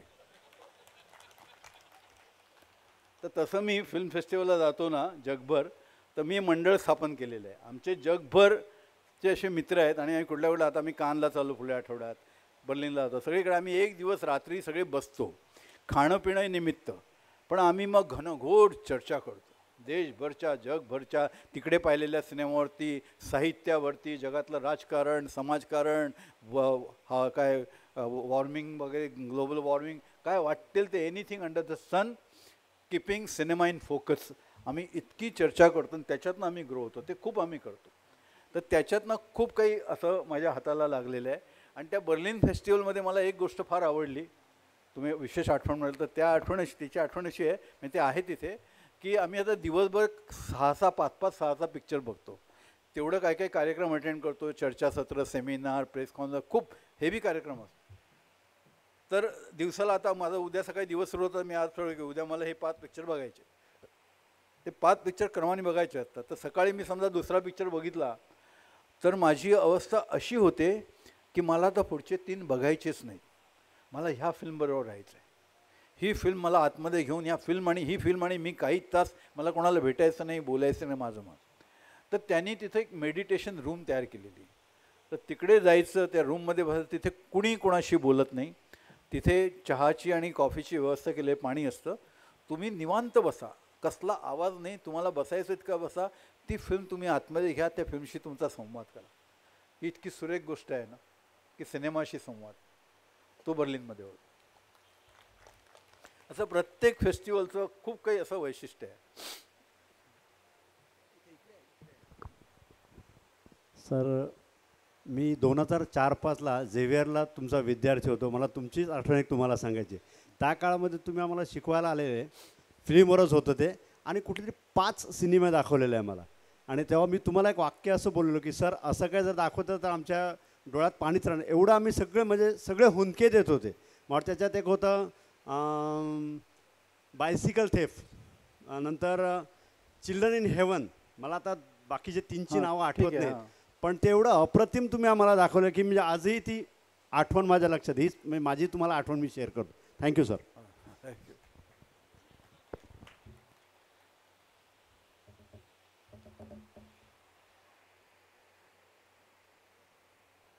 नमस्कार. नमस्कार.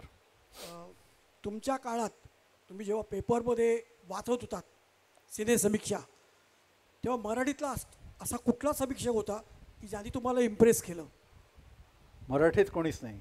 मराठीमध्ये सिने समीक्षक भरपूर झाले, पण ज्यांनी तुम्हाला इम्प्रेस केलं असं एकही नाही. एकही नाही. उलट त्यांनी त्यांच्या वाईट लेखनाने मी जास्त मोटिवेट झालो. म्हणजे मी नेहमी असं म्हणतो की जेव्हा आपण मराठीत वाचतो, त्यामुळे सिनेमाची आवड मला लहानपणापासून होती, पण मी फक्त मराठी, नंतर आपण कॉलेजमध्ये गेल्यानंतर इंग्रजी हळूहळू आपण वाचायला लागतो, पण मुळात मराठी वाचतो. तर ज्या काळात मी फक्त मराठी वाचायचं ना, त्या काळातसुद्धा मराठी वर्तमानपत्र मासिकातलं कधी सिनेमाचं वाचायचं नाही. मला कळायचं हे सिनेमाचं लेखन नव्हे, हे वाईट आहे. मग मला घडवणारे लोक ते वेगळेच होते. ख्वाजा अहमद अब्बास होते, ज्यांचं लेखन वाचून मी खूप काही शिकलो. बोला सर. नमस्कार. नमस्कार. म्हणजे तुमचं व्याख्यान इतकं छान झालं, अजून 1 तासभर चाललं असतं तरी मी एन्जॉय केलं असतं. मला 2 प्रश्न आहेत. तुम्ही खूप आंतरदेशीय वेगवेगळ्या देशातले चित्रपट तुम्ही पाहिलेत. पूर्वी चित्रपट लोकेशनवर जाऊन शूट करायला लागायचे, आता टेक्नॉलॉजी खूप ॲडव्हान्स झाली आहे. VFX आहे, क्रोम आहे, बाहुबलीसारखा पूर्ण चित्रपट स्टुडिओमध्ये करता येतो. ह्या परिस्थितीमध्ये तुम्ही भारतीय सिनेमा इतर देशांच्या कंपॅरिझनमध्ये कुठे बघता, कुठल्या लेवलला आहे? आणि दुसरा प्रश्न, डाऊन द लाईन पुढच्या 5-10 वर्षामध्ये काय स्थित्यंतर ह्या चित्रपटांमध्ये येणार आहेत का, येतील असं तुम्हाला वाटतं, यावीत असं वाटतं? एक तर टेक्नॉलॉजीचा आपल्याकडे वापर न for the sake of technology किंवा आता हाताशी म्हणून वापरली जाते, ती पूर्णपणे कळली आहे म्हणून वापरत नाही. त्याच्यामुळे तुम्ही VFX आणि हे जे नवीन टेक्नॉलॉजीचं सगळं परदेशी फिल्म बघाल, आता तुम्ही हे बघा ना, टायटॅनिक बघा ना, ते सगळं स्टुडिओज केलेलं. ते कधीच बोट बुडवली की त्यावेळी प्रत्यक्ष टायटन तेव्हा नाही कोणी शूटिंग करून ठेवलं, ते सगळं स्टुडिओत केलेलं आहे. असे पार्ट्स केलेले आहेत. ते एकेका पार्टवरचं एक नाट्य असं वेगळं करून ते जोडलेलं आहे. तर ते कसं वाटतं तुम्हाला? तिथे VFX नव्हतं त्या काळात, त्यांनी वापरलं नाही VFX, सगळं असं केलेलं आहे. तर त्या तुम्ही तेरे घर के सामनेमध्येच ते गाणं आहे ना, त्या कुतुब मिनारमध्ये, हां कुतुब मिनार जे गाणं आहे ना, तर ते आपल्याकडे कुतुब मिनारमध्ये शूटिंग केलं, कुतुब मिनारमध्ये नाही शूटिंग केलं आहे. कुतुब मिनारच्या तिकडे गेले, देवानंद जाते, नेतून जाते एवढं. मग आतलं जे शूटिंग आहे ना, त्या कुतुब मिनारच्या पायऱ्यावरती शूटिंग करणं अवघड आहे, असं नाही शूटिंग करता येत, त्याला जागा लागते. ते 2 आर्टिस्ट आले, कॅमेरामन आला, त्याचं त्यावेळेचे मोठे कॅमेरे, मिचेल कॅमेरे, एवढे मोठे कॅमेरे होते. तर त्या पायऱ्यावर ठेवणार का, ते कसं शूट करणार? मग डायरेक्टर कुठे उभा राहणार, बाकीचे लाईटवाले कुठे उभे राहणार, टेक्निशियन कुठे उभे राहणार, अगदी मिनिमम म्हटलं तरी 10-15 लोक ते एवढ्या जागेत त्या पायऱ्यामध्ये कुठे उभे राहणार. तर तो सगळा प्रकार आपण स्टुडिओत त्यांनी उभा केला होता. असे 3 तुकडे केले होते आणि त्याच्यातनं ते पुन्हा नूतन येतं ते दातन, आणि तो तुम्हाला असं एक फील येतो की ते कुतुब मिनार खालीवर येतातच, असं नाही येते. ते गाणं बघा तुम्ही, किंवा त्याच्यामध्ये तेरे घर के सामनेमध्येच ते गाणं आहे, तेरे घर के सामने घर बसाऊंगा. त्याच्यात त्या देवानंदला विस्कीच्या ग्लासामध्ये नूतन दिसते. यूट्यूबवरती जाऊन ते गाणं बघा. आता ते मॅन्युअली करायचे, आज कम्प्युटरमध्ये काहीही करता येतं. तर ते करतात. त्याच्यामध्ये जो आहे ना सर, तो मंत्र आधी मंत्र आहे, मग तंत्राचा वापर आहे. आता फक्त तंत्र आधी वापरलं जातं, मंत्र लोक विसरले, हा प्रॉब्लेम आहे. आणि ते सोफिस्टिकेशन आपल्याकडे नाही वापरत. म्हणजे मी हॉलिवूडच्या स्टुडिओमध्ये गेलो होतो 2003मध्ये, तर म्हणजे ईस्टर्न पार्टच्या हॉलिवूडच्या स्टुडिओमध्ये. तर माझा एक मित्र होता, तो म्हणाला माझा इथे अमेरिकन टेक्निशियन आहे आणि त्याला मी तुझ्याला बोललो होतो, तर तो तुला भेटायला उत्सुक आहे. तर मला एअरपोर्टमध्ये पिकअप केलं, मी आधी स्टुडिओतच गेलो. मी त्याला भेटलो, तर त्या स्टुडिओत जाताना एका ठिकाणी मला कमल हसनचा इंडियन सिनेमाचं पोस्टर दिसला. तर मला इंडियन इथे काय करतं, म्हणजे काहीतरी कामाला आलं असेल. तर मी आतमध्ये गेले, त्याची ओळख माहिती झाली. मग मला म्हटलं की how come Indian is here. Oh please don't mention that name म्हणाला. And this is my last film I did with this Indian people. I will never ever do a Indian film for special effects. त्यांना कळतच नाही.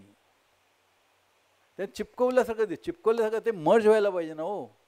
तर तेरे घर के सामनेमध्ये त्यावेळी logic हे optically केलेलं आहे, ते फिजिकली केलेलं. ते कसं खरं वाटतं, म्हणजे देवानंदचे शॉट घेतात, देवानंद नूतनकडे बघतो, ही ग्लास आहे, तो नूतनकडे बघतो. आता हा देवानंदचा वेगळा शॉट घेतला, नूतन कुठे इकडे, ते ब्लँक आहे फ्रेम. आणि नंतर नूतनचं वेगळा शॉट घेतला, नूतन अशी बघते आणि तो तिच्या नाकावर टिचकी मारतो आणि ते असं करते.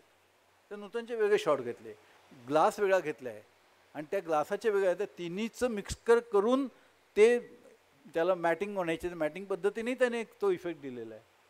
तर त्याला मंत्र लागतो. हा आपल्याकडच्या लोकांचा प्रॉब्लेम आहे. आता ते हे कसं काय ते का, आता ते तुमचा बाहुबली वगैरे आहे ना, काही सेट लावलेलाच नाही ना. तो हे निळ्या तो हिरवा पडदा असतो, त्याला क्रोमोकर्ण म्हणतात. त्या हिरव्या पडद्यासमोर सगळी ॲक्शन होते आणि ते सगळे सेट, त्याचं शूटिंग वेगळं, ते मिनिचर असतात.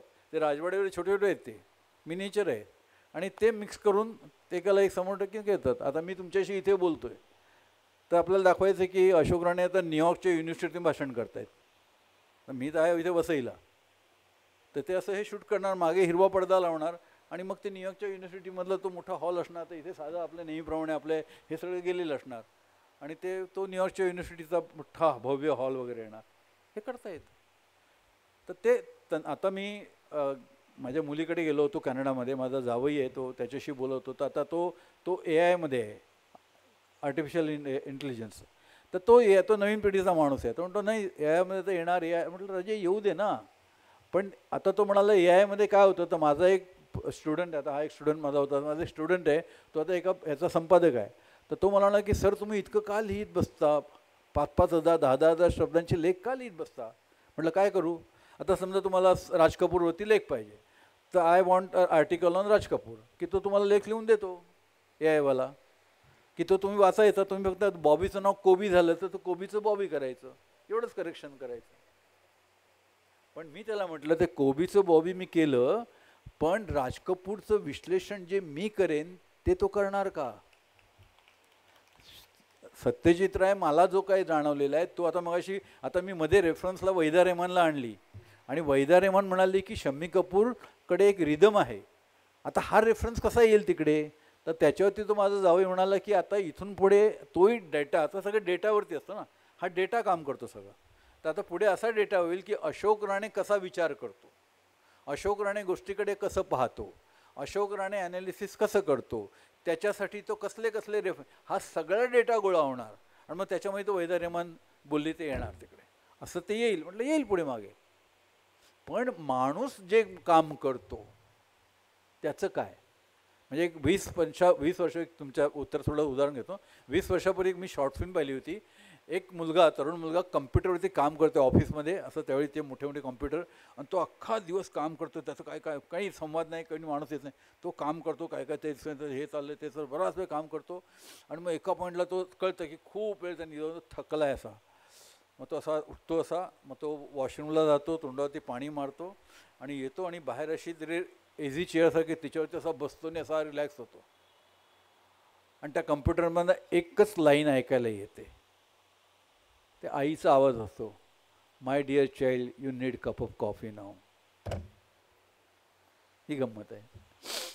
तर टेक्नॉलॉजीचा वापर आहे ना, फॉर सेक ऑफ टेक्नॉलॉजी. आता आपल्याकडे जे मराठीमध्ये डिजिटल सिनेमा सुरू झाला, तर सगळे सर्रास डिजिटल, सोपा, स्वस्त बजेट, सगळ्या प्रोड्युसरांना शेंड्या लावल्या लोकांनी. डिजिटल सिनेमा स्वस्त नाही, तो जास्त महागडा आहे. उलट जेव्हा मी फिल्मवरती करायचो, तर फिल्मवरती शूटिंग करताना एखादा ॲक्टर म्हणाला की एक रिटेक करते, नाही भाई मेरे पास पैसा नाही आहे, एक 400 मीटर 400 फुटाचा डबा, मी शेवटचं शूटिंग केलं 2007मध्ये फिल्ममध्ये, तेव्हा 12,000 रुपयाचा डबा होता 400 फुटाचा, मी कसा रिटेक घेऊ? ऋषिकेश मुखर्जी इतकं परफेक्ट काम करायचे, तर राजेश खन्ना एकदम टॉपला होता ना, तर राजेश खन्नाला की दादा एक रिटेक करते, कल सुबह करेंगे, एक डब्बा तुम लेके आओ कल. चपाती भाजी तो डबा नाही, फिल्म का डबा कल लेके आओ, उसमें कल रिटेक करूँगा, मेरे डिब्बे में नहीं होगा. पण आता ह्याच्यामध्ये काय करतं डिजिटल, काय अरे काय झालं, हे अरे काढ ना, पुसून टाक, चल रीड मागे घे, पुढे घे, किती हवं तेवढं शूट करतात. आता एवढं टेक्निकल बोललेलं कदाचित काही लोकांना कळणार नाही. आम्ही सिनेमा एखादा शॉट घेतो ना, मग तो शॉट घेतो, ओके झाला की तो म्हणतो की yes this is okay shot, मग तो म्हणतो असिस्टंट लिहून ठेव की हा ओके शॉट, तो लिहून ठेवतो त्या ह्याच्यामध्ये एडिटिंग बुकमध्ये. तर तो एकच असतो, क्वचित अगदी डोक्याला, आणि दुसरा ओके शॉट असतो त्या काळामध्ये. आत्ता ओके शॉट 10 असतात. तर पहिला शॉट घेतला त्याचे ओके शॉट 10, दुसरा शॉट घेतला त्याचे ओके शॉट 7, तिसरा घेतला त्याचे 11, चौथा घेतला तर आता यातला कुठला लावला तर माझी गोष्ट तयार होईल, हे कसं कळेल? ते एडिटर पागल व्हायचे बाकी राहिले. तर हा टेक्नॉलॉजीचा गैरवापर होतो आपल्याकडे. नीट समजणं, टेक्नॉलॉजी वाईट नाही, सिनेमा हे टेक्नॉलॉजिकल मीडियम आहे, तर based on technology, science based medium आहे ते, पण त्याचा नीट वापर केला पाहिजे, एवढाच मुद्दा आहे. हॅलो, नमस्कार सर. सर, हल्लीच्या सिनेसृष्टीमध्ये राजकारण आणि सोशल मीडियाचा जो पगडा आपण बघतोय, म्हणजे कंट्रोल म्हणू शकतो आपण. म्हणजे गुरुवारी आपण एखादा मूवी आपण असं ठरवतो की शुक्रवारी मी बघायला जाणार आहे, आणि शनिवारी आपलं मत बदललं जाते. तर सोशल मीडियाचा हा जो कंट्रोल आहे सिनेसृष्टीवरती, ह्याच्याकडे तुम्ही कसं पाहताय सर? आता परवाच मी सतत काय बघत म्हणून अगदी परवा 2 दिवसापूर्वी सत्यजित राय यांचा एक क्लिप पाहिला मी. त्यांचा देवी नावाचा सिनेमा आला होता, तो 62-63 साली. तर तेव्हाचा क्लिप आहे तो. तर ते असं म्हणाले की देवी सिनेमावरती अशी टीका झाली की सत्यजित राय हा काही माणूस हिंदू नव्हे. त्यावेळी इतकं आज तसं हिंदू म्हटलं जातं, ज्या संवेदने तसं त्या काळात म्हटलं जायचं नाही, तर तरी पण असं म्हटलं गेलं की सत्यजित राय हा काही हिंदू नव्हे, हा ब्राह्मो आहे, ब्राह्मो समाज म्हणजे हिंदू नव्हे, म्हणून हा आमच्या हिंदू देवदेवतांवर असे सिनेमे करतो. तेव्हा सत्यजित राय त्या क्लिपमध्ये असं म्हणतात की आता ह्या लोकांशी कोण वाद घालणार, यांना काय सांगणार, यांच्याशी मी का बोलू? आणि म्हणून त्यांनी पुढे जाऊन नंतर ते एक विधान त्यांनी केलेलं आहे की I will never ever make a political film in this country. कारण मी ती करायची, माझं आयुष्यभराचा व्यासंग चिंतन मनन मी त्या गोष्टीत टाकायचं, सिनेमा करायचा, आणि कुणी गल्लीतला येऊन पुढारी येऊन त्याच्यावरती दगड मारणार आणि आंदोलन उभं करणार, कशासाठी करू? तर आत्ता काय झालं, हे एक तर आपण विनाकारण संवेदनशील झालं आहे. हे विनाकारण संवेदनशील आहे, याला काय अर्थ नसतं. संवेदनशीलता काय असते, म्हणजे आपल्या इस्मत चुगताई आणि हा आपला मंटो, त्या दोघांवरती ते अश्लील लिहितात. अशी खूप, म्हणजे मंटोवरती तर खटले भरले गेले, ते अश्लील लिहितात. तर इस्मत आप्पांनी असं लिहिलेलं आहे की आमच्या वस्तीत, त्यांची मुस्लिम वस्ती, त्या आमच्या वस्तीमध्ये, तर म्हणे दुपारच्या वेळी आमच्या वस्तीमध्ये या म्हणे, आणि त्या घराघरातल्या बायका दुपारचे स्वयंपाक वगैरे घरगुती घरंदाज बायका सगळ्या, त्या दुपारचा स्वयंपाक पाणी घरातली सगळी कामं बिमं आठवून आता निवांत झाल्या. आता 2-4 बायकापासून शिळोप्याच्या गप्पा मारून त्या बसल्यात तिकडे गप्पा मारतात आणि थोड्या वेळ त्या पडल्या तर आडव्या पडतात पुन्हा कामाला लागतात. तर त्या ज्या गप्पा मारतात ना त्या गप्पा तुम्ही ऐका, मग तुम्हाला अश्लील म्हणजे काय ते कळेल. असं इस्मत अप्पांनी त्या पुस्तकात लिहिलेलं आहे. तर त्या असं म्हणतात की मी माझ्या समाजाचा फोटो काढते आणि म्हणतो त्याचं चित्र काढतो. पण ही संवेदनशीलता, ही समज आता दिवसेंदिवस हरवत चाललेली आहे. कोणी कशावरही काहीही बोलतो, काहीही बोलतो आणि त्याच्या आधी कोण लागणार. म्हणजे आता रामविषयी आता परत मोठा वाद इकडे होईल. रामविषयी मला राम माहिती आहे, मी रामाविषयी बोलू शकतो की, पण त्यांना पाहिजे त्याच रामाविषयी मी बोललं पाहिजे असं कसं होईल. आणि जगातला कोणी धुतल्यात रामाच्या आयुष्यात त्याने बायकोला टाकलं, कोणीतरी सांगितलं, तो किती चुकीचा वागलेला आहे. पण हे आज बोलायची सोय नाही तुम्हाला. ते आहे ना, रामायणात आहे का, मी नाही लिहिलं रामायण, आहे ना तिकडे. तर ते असे लोक जे आज आले ना, विनाकारण संवेदनशील झालेले लोक आहेत, त्याच्यामुळे आज हा सगळा मोठा प्रॉब्लेम होतो. आणि मुख्य जसं सखाराम, म्हणजे तुम्हाला एक हाईट किस्सा, खूप किस्से आहेत माझ्याकडे, म्हणजे आम्ही ते पाहिलेले, सखाराम माइंडर, घाशीराम कोतवाल, ते सगळे लढे पाहिलेले आहेत. आता अलीकडचं गोष्ट म्हणजे आरक्षण नावाचा सिनेमा आला होता, आठवत असेल, अमिताभ बच्चन होता ते. तर तो सिनेमा येतो अशी जाहिरात आणि त्याची पब्लिसिटी सुरू झाली. द ग्रेट छगन भुजबळ यांनी राडा सुरू केला की हा आम्हाला जे बहुजन समाजाला आरक्षण मिळतं त्याच्या विरोधात आहे. अरे कुठे म्हटलं अजून त्यांनी, सिनेमाचं नाव आरक्षण आहे, तो बाजूनी आहे, विरुद्ध आहे, काय बोलतो कोणाला अजून माहितीच नाही. आम्ही सिनेमातले, आम्हाला अजून गोष्ट माहिती नाही. यांनी बोंबल्याला सुरुवात केली. मग मला एका चॅनलनी माझी मुलाखत घेतली. म्हटलं ते भुजबळ काय बोलता तुम्ही पाहिलं आहे का सिनेमा, येऊ द्या बघूया आपण, मग बोला ना. ते पण तुम्ही किती बोलायचं ते पण बघू, पण का आत्ताच का बोलता. आणि एवढं जर तुमच्या समाजाची तुम्हाला काळजी वाटते भुजबळ साहेब, तर मुंबईवरून नाशिकला तुम्ही वर्षातनं 1000 वेळा जाता येता, त्या रस्त्यानं सगळी मराठी बोलं 8-8 दिवस चालत शिर्डीला जाता. गाडी थांबून त्यांना सांगा ना, का रे बाबा 8 दिवसाचा रोजगार म्हणून शिर्डीला जातो. पण ती मेंढरं राहिली पाहिजेत ना, ती मेंढरं राहिली पाहिजेत, नाही तर ह्यांना कोण मोठं करेल. आणि ती मेंढरं राहिली पाहिजेत. आणि मी म्हणेन तिथे मी दादागिरी ना, हे बंद, हे नाही चालणार, हे नाही चालणार. कोण तुम्हाला कला कळत नाही, कलेतला व्यवहार कळत नाही, तुम्हाला सौंदर्यशास्त्र कसं बोलता तुम्ही त्याच्यावर, हा विषय आहे.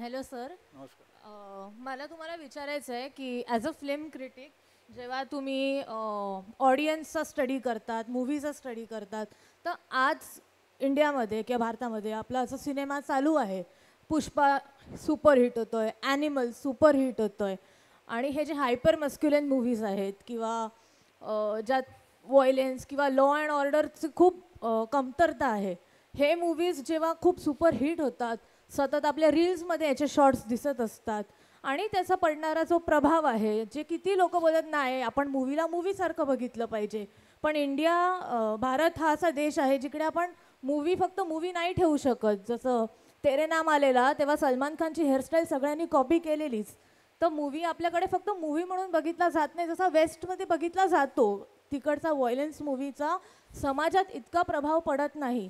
पण आता जी पिढी जे मूवीज बघतायत आणि जे पॉप्युलर करतायत, प्लस त्यांना जेव्हा आता रिसेंटली मूवी आला लापता लेडीज, तो त्यांना बघायला सांगितला किंवा कोणाला सजेस्टही केलं, किंवा असा सौम्य पिक्चर सजेस्ट केला नाही. रील्समध्ये सुद्धा तिकडे जेव्हा कोण सौम्य मूवी बघतोय, तर मग त्या मुलाच्या डोक्यावर ओढणी दाखवणार की हा बायला आहे किंवा असं काहीतरी.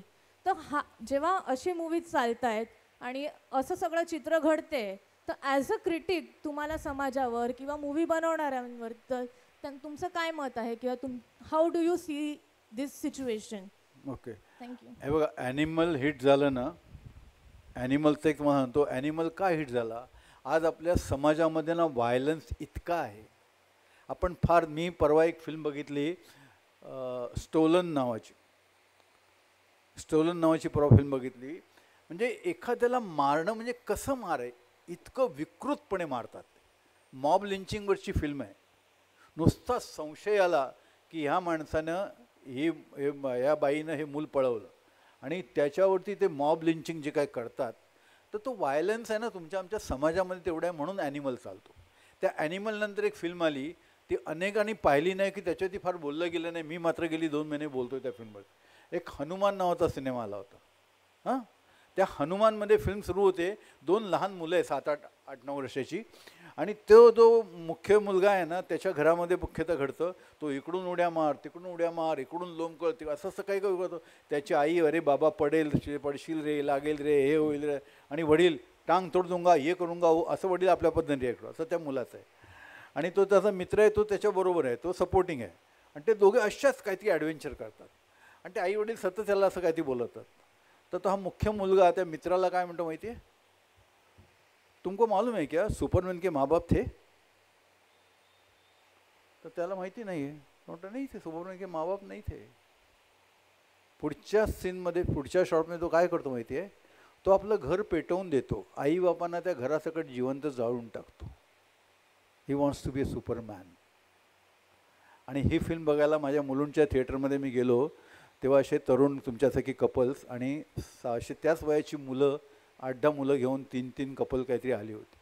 मला वाटलं ही मुलं काय बघणार आता, कोणाला खटकलंच नाही. ते एकूण उठून द्यायला पाहिजे होते. काय ही फिल्म आहे. तर आपल्या मगाशी म्हटलं ना की आपल्याला आपली दृष्टीच आपण केली. म्हणजे आम्हाला, म्हणजे आमच्या लहानपणीचं कसं सांगतो, कधी तुमच्या वेळेत वेगळं असेल. आम्हाला लहानपणी कसं की घरून जेवणाचा डबा, म्हणजे सुट्टीत खायला घरून खाणं मिळायचं. ते पैसे घेऊन बाहेर खा असला प्रकारच नव्हता आमच्यावेळी. त्यातनं कधीतरी काय अर्धा आणा वगैरे देऊन पैसे काय मिळाले ना, तर बाहेरचं खा, पण उघड्यावरचं खाऊ नको असं आई वडील सांगायचे. तर ही काळजी घेणारे आई वडील तिकडे उघड्यावरती तुम्हाला काय काय दिसतं ते कसं बघायचं ते नाही शिकवत. ते आपल्या शिक्षण पद्धतीमध्ये नाही, म्हणून हे असं चालतं.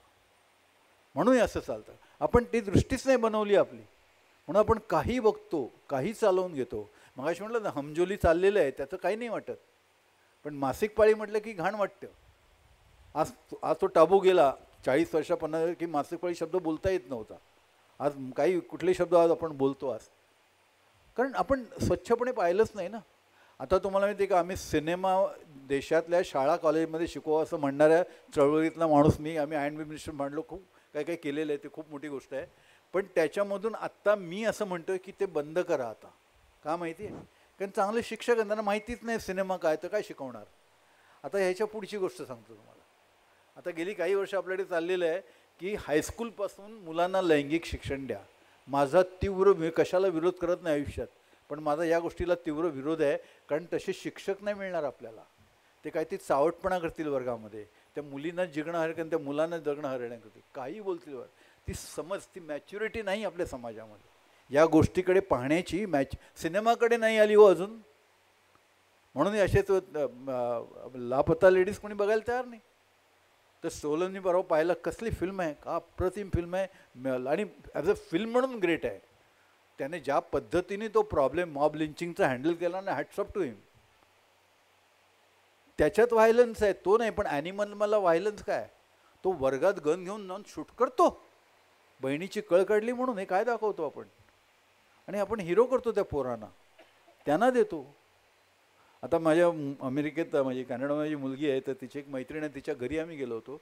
तर तिचा असा एक 7-8 वर्षाचा मुलगा आहे. आम्ही बसलो, तर मी, माझी बायको, माझी मुलगी, जावई, ते दोघं कपल, त्यांचा तो मुलगा आणि आमचा नातू. त्या मुलाकडे ना जी खेळणी होती ना, सगळी शस्त्र, बंदुका, ह्या तेव्हा धड धड धड धड, तो माझ्यावरती आला, मला ग्रँडपा धड धड धड, मला गोळी मारून टाकली. काय हा मुलगा काय करणार, हा उद्या ॲनिमल होईल ना. हे कसं कळत नाही आपल्याला. तर आपल्याला आता पुन्हा तो संस्कार शब्द फार हल्ली पोचट झालेला आहे, त्याचा अर्थ नाही राहिला. पण ही जबाबदारी आईवडिलांची असते, मग शिक्षकांची असते. आणि मुलांना, जसं आपल्या इंग्रजीमध्ये म्हण आहे की माझा इंग्रजीचा फार अभ्यास नाही, फ्रेंचमध्ये, कुठल्या जगातल्या भाषेत माझा एवढा अभ्यास नाही, पण आपल्या भारतीय भाषामध्ये एक म्हण आहे संस्कृतमध्ये, प्राप्ते तू 16 वर्षे पुत्रम मित्रे वदाचरेत. मुलगा 16 वर्षाचा झाला ना, तर बापानी त्याला आपला मित्र मानायचा. म्हणजे काय, तर त्याच्याशी सगळं शेअरिंग करायचं. काय रे, कुठे गेला होता, हां अभ्यास झाला का रे, हां काय, असं नाही. बोला ना नीट, अभ्यास असंच का बोलतात त्याच्याशी, दुसरं काहीतरी बोला. मित्राचं का, मग तो बाहेर मित्र नाही शोधणार ना, मग तो बाहेर मित्र शोधेल, तो काही करून येईल. बरं पुन्हा आता आपल्या ह्याच्यामध्ये काही म्हणजे पुरुषांना सगळं महत्त्व असल्यामुळे प्राप्तेतू षोडशे पुत्री मित्र वधचरित म्हटलेलं नाही. त्या मुलीला कधी बापाने मैत्रीण म्हटलं नाही, आईनी म्हटलं नाही. आई पण तिला आई मुलींना आमच्या काळापासून आता थोडं कमी झालं असेल, त्या मुलगी किती शिकत किती हुशार काय काय असेल की एखादी मुलगी ढ असेल, ए बाई ग ते स्वयंपाक शिकून घे, ते विणकाम शिकून घे, लोकांच्या घरी जायचं आहे, उद्या आमचं नाक ह्यांचं नाक कापण्याची काळजी कितीपासून किती दूरपासून. अरे असं आहे ना, असं आहे काय तुमचं नाक एवढं मोठं की ते कापलं राहण्याची भीती. तर ह्या सगळ्या सकट म्हणून मगाशी सुरुवात करताना माझ्या व्याख्यानामध्ये म्हटलं ना, माझं बालपण नाही सांगत होतं तुम्हाला, इतक्या अँगलने मी सिनेमाकडे पाहिलं, कुठला अँगल ठेवला नाही. मी वर्गामध्ये शिकवताना सिनेमा शिकवताना मी असं पटकन बोलताना असा 2 बिघा जमीनचा उल्लेख येतो आणि पटकन बसतो आणि मी बलरस्थानी होऊन जातो आणि मुलं बघत राहतात. आणि मग मध्येच गाणं म्हणतो मी. सिनेमा माझे सगळे मित्र म्हणतात मुंबई युनिव्हर्सिटीमध्ये की अशोक तू you are a popular teacher in Mumbai university for mass com and cinema. तर म्हटलं मी मॅथमॅटिक्स शिकवलं तर पण असंच गंमत शिकवलं असं मी. So now let us start, we are going to start lecture on mathematics, असं मी कधी केलं नसतं. ते पण गंमत गाणी म्हणत शिकवलं. अरे लाईव्हली लहान आहे, काय प्रॉब्लेम काय लोकांना. आमच्या बागेमध्ये सकाळी लाफ्टर कप म्हणून जे काही चालतं ना, तुम्हाला विनोद बघायचा असेल तर या आमच्या बागे, माझ्या घरी राहायला आहे, रात्री मस्त जीव आणि सकाळी माझ्या बागेत या. तिकडे काही आता त्या म्हाताऱ्यांची चेष्टा नाही करत नाही. ते लाफ्टर कप म्हणून जे अरे दिवसा मोकळेपणाने हसाना, मग असं खोटं खोटं हसायची पाळी येणार नाही. दिवसा घरामध्ये कोणी हसलं काय चाललं आहे, अरे हसू दे, किती पोरं आहेत त्यांना हसू दे, खिदळू दे. नुसती दमबाजी, त्या दमबाजीमध्ये ती शिस्त, ती दमबाजी आपण पिढी नीट घडवलीच नाही. मी शेक्सपियर नाही, पण माझं एक वाक्य लक्षात ठेवा, ज्या दिवशी तुम्ही तुमचा वडिलांचा कान धरताना त्या दिवशी तुम्ही एक पिढी पुढे जाता, नाही तर तुम्ही वडिलांच्या पिढीतच असता.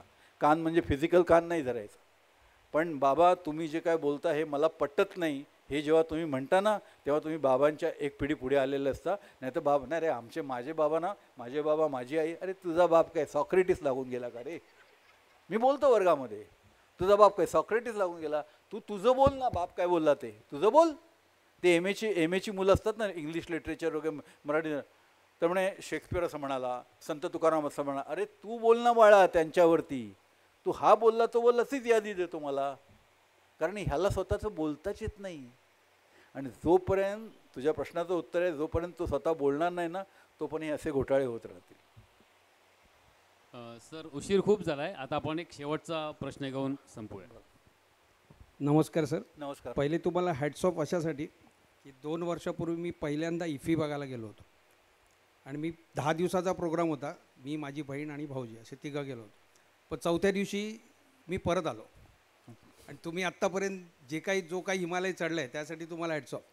माझा प्रश्न असा होता की सिनेमॅटिक लिबर्टी हा जो प्रकार आत्ताच्या ह्याच्यात जो चालतो, म्हणजे शाहरुख खान इकडून हेलिकॉप्टर घेऊन उडतो आणि काय प्रकार करतो आणि हे, तर तुम्हाला असं वाटत नाही का की आत्ताच्या घडीला आत्ता यांनी सांगितलं तसं की ॲनिमलमध्ये जो काही हिंसाचार, म्हणजे जर मागणी तशी पुरवठा, आपण ते बघतो म्हणून ते तसं करतात, पण काय भावनाप्रधान चित्रपट म्हणा किंवा हे की तुम्ही आत्ता नाव घेतलं 2 बिघा जमीन आहे, गुरुदेवचे चित्रपट आहेत, गुरुदत्तचे आहेत, तसे चित्रपट आता बनणं कमी झालं आहे असं मी म्हणणार नाही. त्यांचा प्रेक्षक कमी झाला असेल किंवा वाईस वर्सा कसंही असेल ते. पण मला तुम्हाला एकच विचारायचं आहे की सिनेमॅटिक लिबर्टी हा जो विषय आहे की लोक डोकं बाजूला ठेवून बघतायत ना, मग आपण पण डोकं बाजूला ठेवून तो चित्रपट बनवा, असं चालू आहे का? आणि दुसरं, आत्तापर्यंतच्या तुम्ही जेवढे चित्रपट बघितलेत किंवा त्याच्यात चित्रपटातले 3 मुख्य हे आहेत, एक लेखक, दुसरा दिग्दर्शक, तिसरा छायाचित्रकार, म्हणजे रायटर, डायरेक्टर आणि त्यानंतर सिनेमॅटोग्राफर जो आपल्याला पिक्चर दाखवतो. तर तुम्हाला आवडलेले 3 रायटर, डायरेक्टर आणि सिनेमॅटोग्राफर हे आम्हाला ऐकायला आवडेल. तुमच्या पहिल्या प्रश्नामध्ये गोंधळ असा आहे की तुम्ही सिनेमॅटिक लिबर्टी म्हणताना ती पहिल्यापासून आहे, ती आत्ताची नाही आहे. सिनेमॅटिक लिबर्टी ही फार वेगळी गोष्ट आहे. ती गोष्ट अशी आहे की मला आता काहीतरी हे दाखवता येत नाही म्हणून मी सिनेमॅटिक लिबर्टी घेतो की 10 वर्ष हा माणूस आता 10 वर्षांनी मोठा झाला तर 10 वर्ष कशी दाखवायची. तर ती सिनेमॅटिक लिबर्टी की गोष्टीमध्ये काही न पटणार आणून ते वेगळं, ती सिनेमॅटिक लिबर्टी पहिल्यापासून, ते आत्ताच नाही आहे. पण तुम्ही व्हायलन्स म्हणता, ते व्हायलन्सचं मगाशी म्हटलं की व्हायलन्स आपल्या समाजामध्येच आहे. जसा राजा तशी प्रजा म्हणतात तसंच आहे ते, प्रेक्षक तसा सिनेमा. पण आता आपला सिनेमा खूप, तुम्ही म्हटला ना आता 2 बिघा जमीन वगैरे, आत्ता जो सिनेमा आहे ना तो तितकाच मॅच्युअर्ड आहे. आता मी एक मोठं काम करतो आहे, त्याचं माझं स्टेटमेंट असं आहे की आता मी जगभरच्या फिल्म फेस्टिवलला जातो ना, तर काही वेडे समीक्षक मला तिकडे भेटतात. तर ते म्हणतात की we don't see Satyajit Ray, we don't see Bergman, we don't see Tarkovsky. म्हटलं कोणी सांगितलं? आहेत की आजचे तारकोस्की, आजचे केसलोस्की, आजचा सत्यजित राय, आजचा बिमलराव आहे की तिकडे. आताच्या तुम्ही फिल्म बघा, काय फिल्म बनतात, अप्रतिम फिल्म. भारतामध्ये म्हणतात तुम्ही लंच बॉक्स सिनेमा पाहिला का, अप्रतिम सिनेमा आहे. तर असे सिनेमे बनतात, नाही असं नाही, फक्त त्याचं आता थोडं रंगरूप बदललेलं आहे. कारण 2 बिघा जमीन जेव्हा बनलं त्या काळामध्ये आपल्या समाजाच्या, आपल्या देशाचा त्या काळाची गती ही वेगळी होती. आजच्या काळाची गती वेगळी, फास्ट आहे आता. तर त्या गतीचाही विषय आहे ना. आता मध्यंतरी आमच्या शाळेच्या ग्रुपचं, आमच्या 11वीचं ग्रुपची एक आम्ही गेट टुगेदर करतो. तर सगळे आम्ही बसलो होतो, चला गाणी म्हणूया, तर भेंड्या, तर मग सगळे मौज करायची. तर आमच्या मैत्रिणीची सून होती, तरुण मुलगी. तर ती म्हणाली मी कॅप्टन, मी बघणार. आणि गाणी म्हणत होतो. तर माझ्याकडनं जेवढी गाणी येतात ती जुनी गाणी यायची. तर ते म्हणे ये अंकल बहुत पुराने गाणे गाते, हे सब सॅड गाणे. तर म्हटलं माझ्या काळातली गाणी तशीच होती ना, मी आताची गाणी मला नाही येत, मी तीच गाणी म्हणणार. तर तो त्या काळाचा भाग होता. आता 3 सिनेमे वगैरे की 3 माणसं सांगायची नाही असं मला, मी नेहमी, मला कोणी असं विचारलं की मला एक सांगता येत नाही. मला खूप मोठे मोठे दिग्दर्शक पाहिले, खूप मोठे मोठे सिनेमॅटोग्राफर पाहिले, काय काम करतात लोक. म्हणजे रविचंद्रन सारखा एक सिनेमॅटोग्राफर आपल्या देशातला, आम्ही कान फेस्टिवल एक फिल्म पाहिली आणि ती फिल्म बघून आम्ही सगळे, आमचा एक ग्रुप आहे 7-8 जण, आम्ही बाहेर आलो आणि त्या फिल्ममध्ये एक सिक्वेन्स होता, ह्याला कसा शूट केला असेल. आम्ही फिल्म सोडून आम्ही त्या सिक्वेन्ससाठी बोलतो कसा शूट केला असेल, अरे कमाल काय यार, कमाल काय, असं आम्ही सगळे क्रिटिक आहोत बोलतोय. रविचंद्रन आला तर तो म्हणाला यार भाड़ में गए तुम लोग, साला मैं सिनेमॅटोग्राफर, मेरे समझ में नहीं आया. ही सिनेमॅटोग्राफी असते. तर नुसता सिनेमॅटोग्राफर नाही, एडिटर नाही, एडिटरसुद्धा महत्त्वाचा, साऊंड डिझायनरसुद्धा महत्त्वाचा आणि प्रोडक्शन डिझायनरसुद्धा महत्त्वाचा. सगळीच माणसं, सिनेमातला स्पॉट बॉयसुद्धा तितकाच महत्त्वाचा. त्याने एक चूक केली तर सगळ्या मोठ्या डायरेक्टरची पण वाट लावू शकतो तो. तर असं आहे, हे सगळं आहे त्याच्यामध्ये, सगळं आहे, गंमत आहे ती सगळी. थोडं थांबूया आता. मी थोडीशी परवानगी घेतली. अजून एक प्रश्न माझा एक होता. आता आपण सध्या सिनेमाकडून वेबसिरीजकडे जातो आहे आणि तुम्ही वेबसिरीज स्वतः बघता का? कारण का वेबसिरीजमध्ये एक जो कंटेंट आहे तो सध्या खूप अनफिल्टर्ड कंटेंट आपल्याला बघायला मिळतो त्याच्यामध्ये. आणि तर माझा तो एक प्रश्न होता की तुम्ही वेबसिरीजचा जो अनफिल्टर्ड कंटेंट आहे त्याच्याकडे कसं बघता, आणि हल्ली तुम्ही वेबसिरीज बघता का? तुम्हाला आवडलेली एखादी वेबसिरीज तुम्ही सांगू? नाही, मी फार वेबसिरीज बघत नाही, पण वेबसिरीज मी पाहिला, म्हणजे वेबसिरीज बोलण्या इतपत मी ते पाहिलं आहे. त्याचं वेबसिरीजचं एक कारण, पॉप्युलर होण्याचं कारण काय जाणार आहे का, एकतर तुम्ही म्हणाल तसं की कुठलाही विषय कशाही पद्धतीने मांडता येतो, सेन्सर बोर्डाची झंगट नाही. बरं, तुम्ही ते सेन्सर बोर्ड सोडा की तुम्ही त्या जेवढ्या तुम्ही वेबसिरीज पाहिला ना त्याच्यावरती कल्पना, ह्याच्यावरती सिनेमा बनले असते तर किती लोकांनी थिएटरमध्ये जाऊन पाहिले असते? नाही पाहिले असते. मग वेबसिरीज फॉर्मॅट खूप छान आहे त्यांच्यासाठी. आणि आपल्याला असं त्यातले अभ्यास हे म्हटलं की एक चांगला कंटेंट नाही तर वाया गेला असताना. आता मग त्याच्यामध्ये काही लोकांनी, आता कोणी गैरवापर करतं त्याला आपण काहीच करू शकत नाही ना.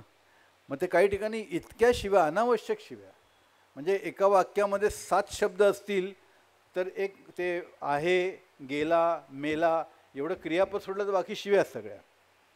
तर इतकं पण असू नये ना. माणसं देतात शिव्या, नाही असं नाही, शिवी देणं काही हे नाही, शिवी देण्याची एक पद्धत असते. शिवी येते माणसाच्या तोंडून एका विशिष्ट परिस्थितीमध्येच, पण ते शिव्याशिवाय म्हणजे आपल्याला तर मोकळं रान मला काय वाटेल ते शिव्या घ्यायला असं म्हणून जे चाललेलं आहे ते बरोबर नाही.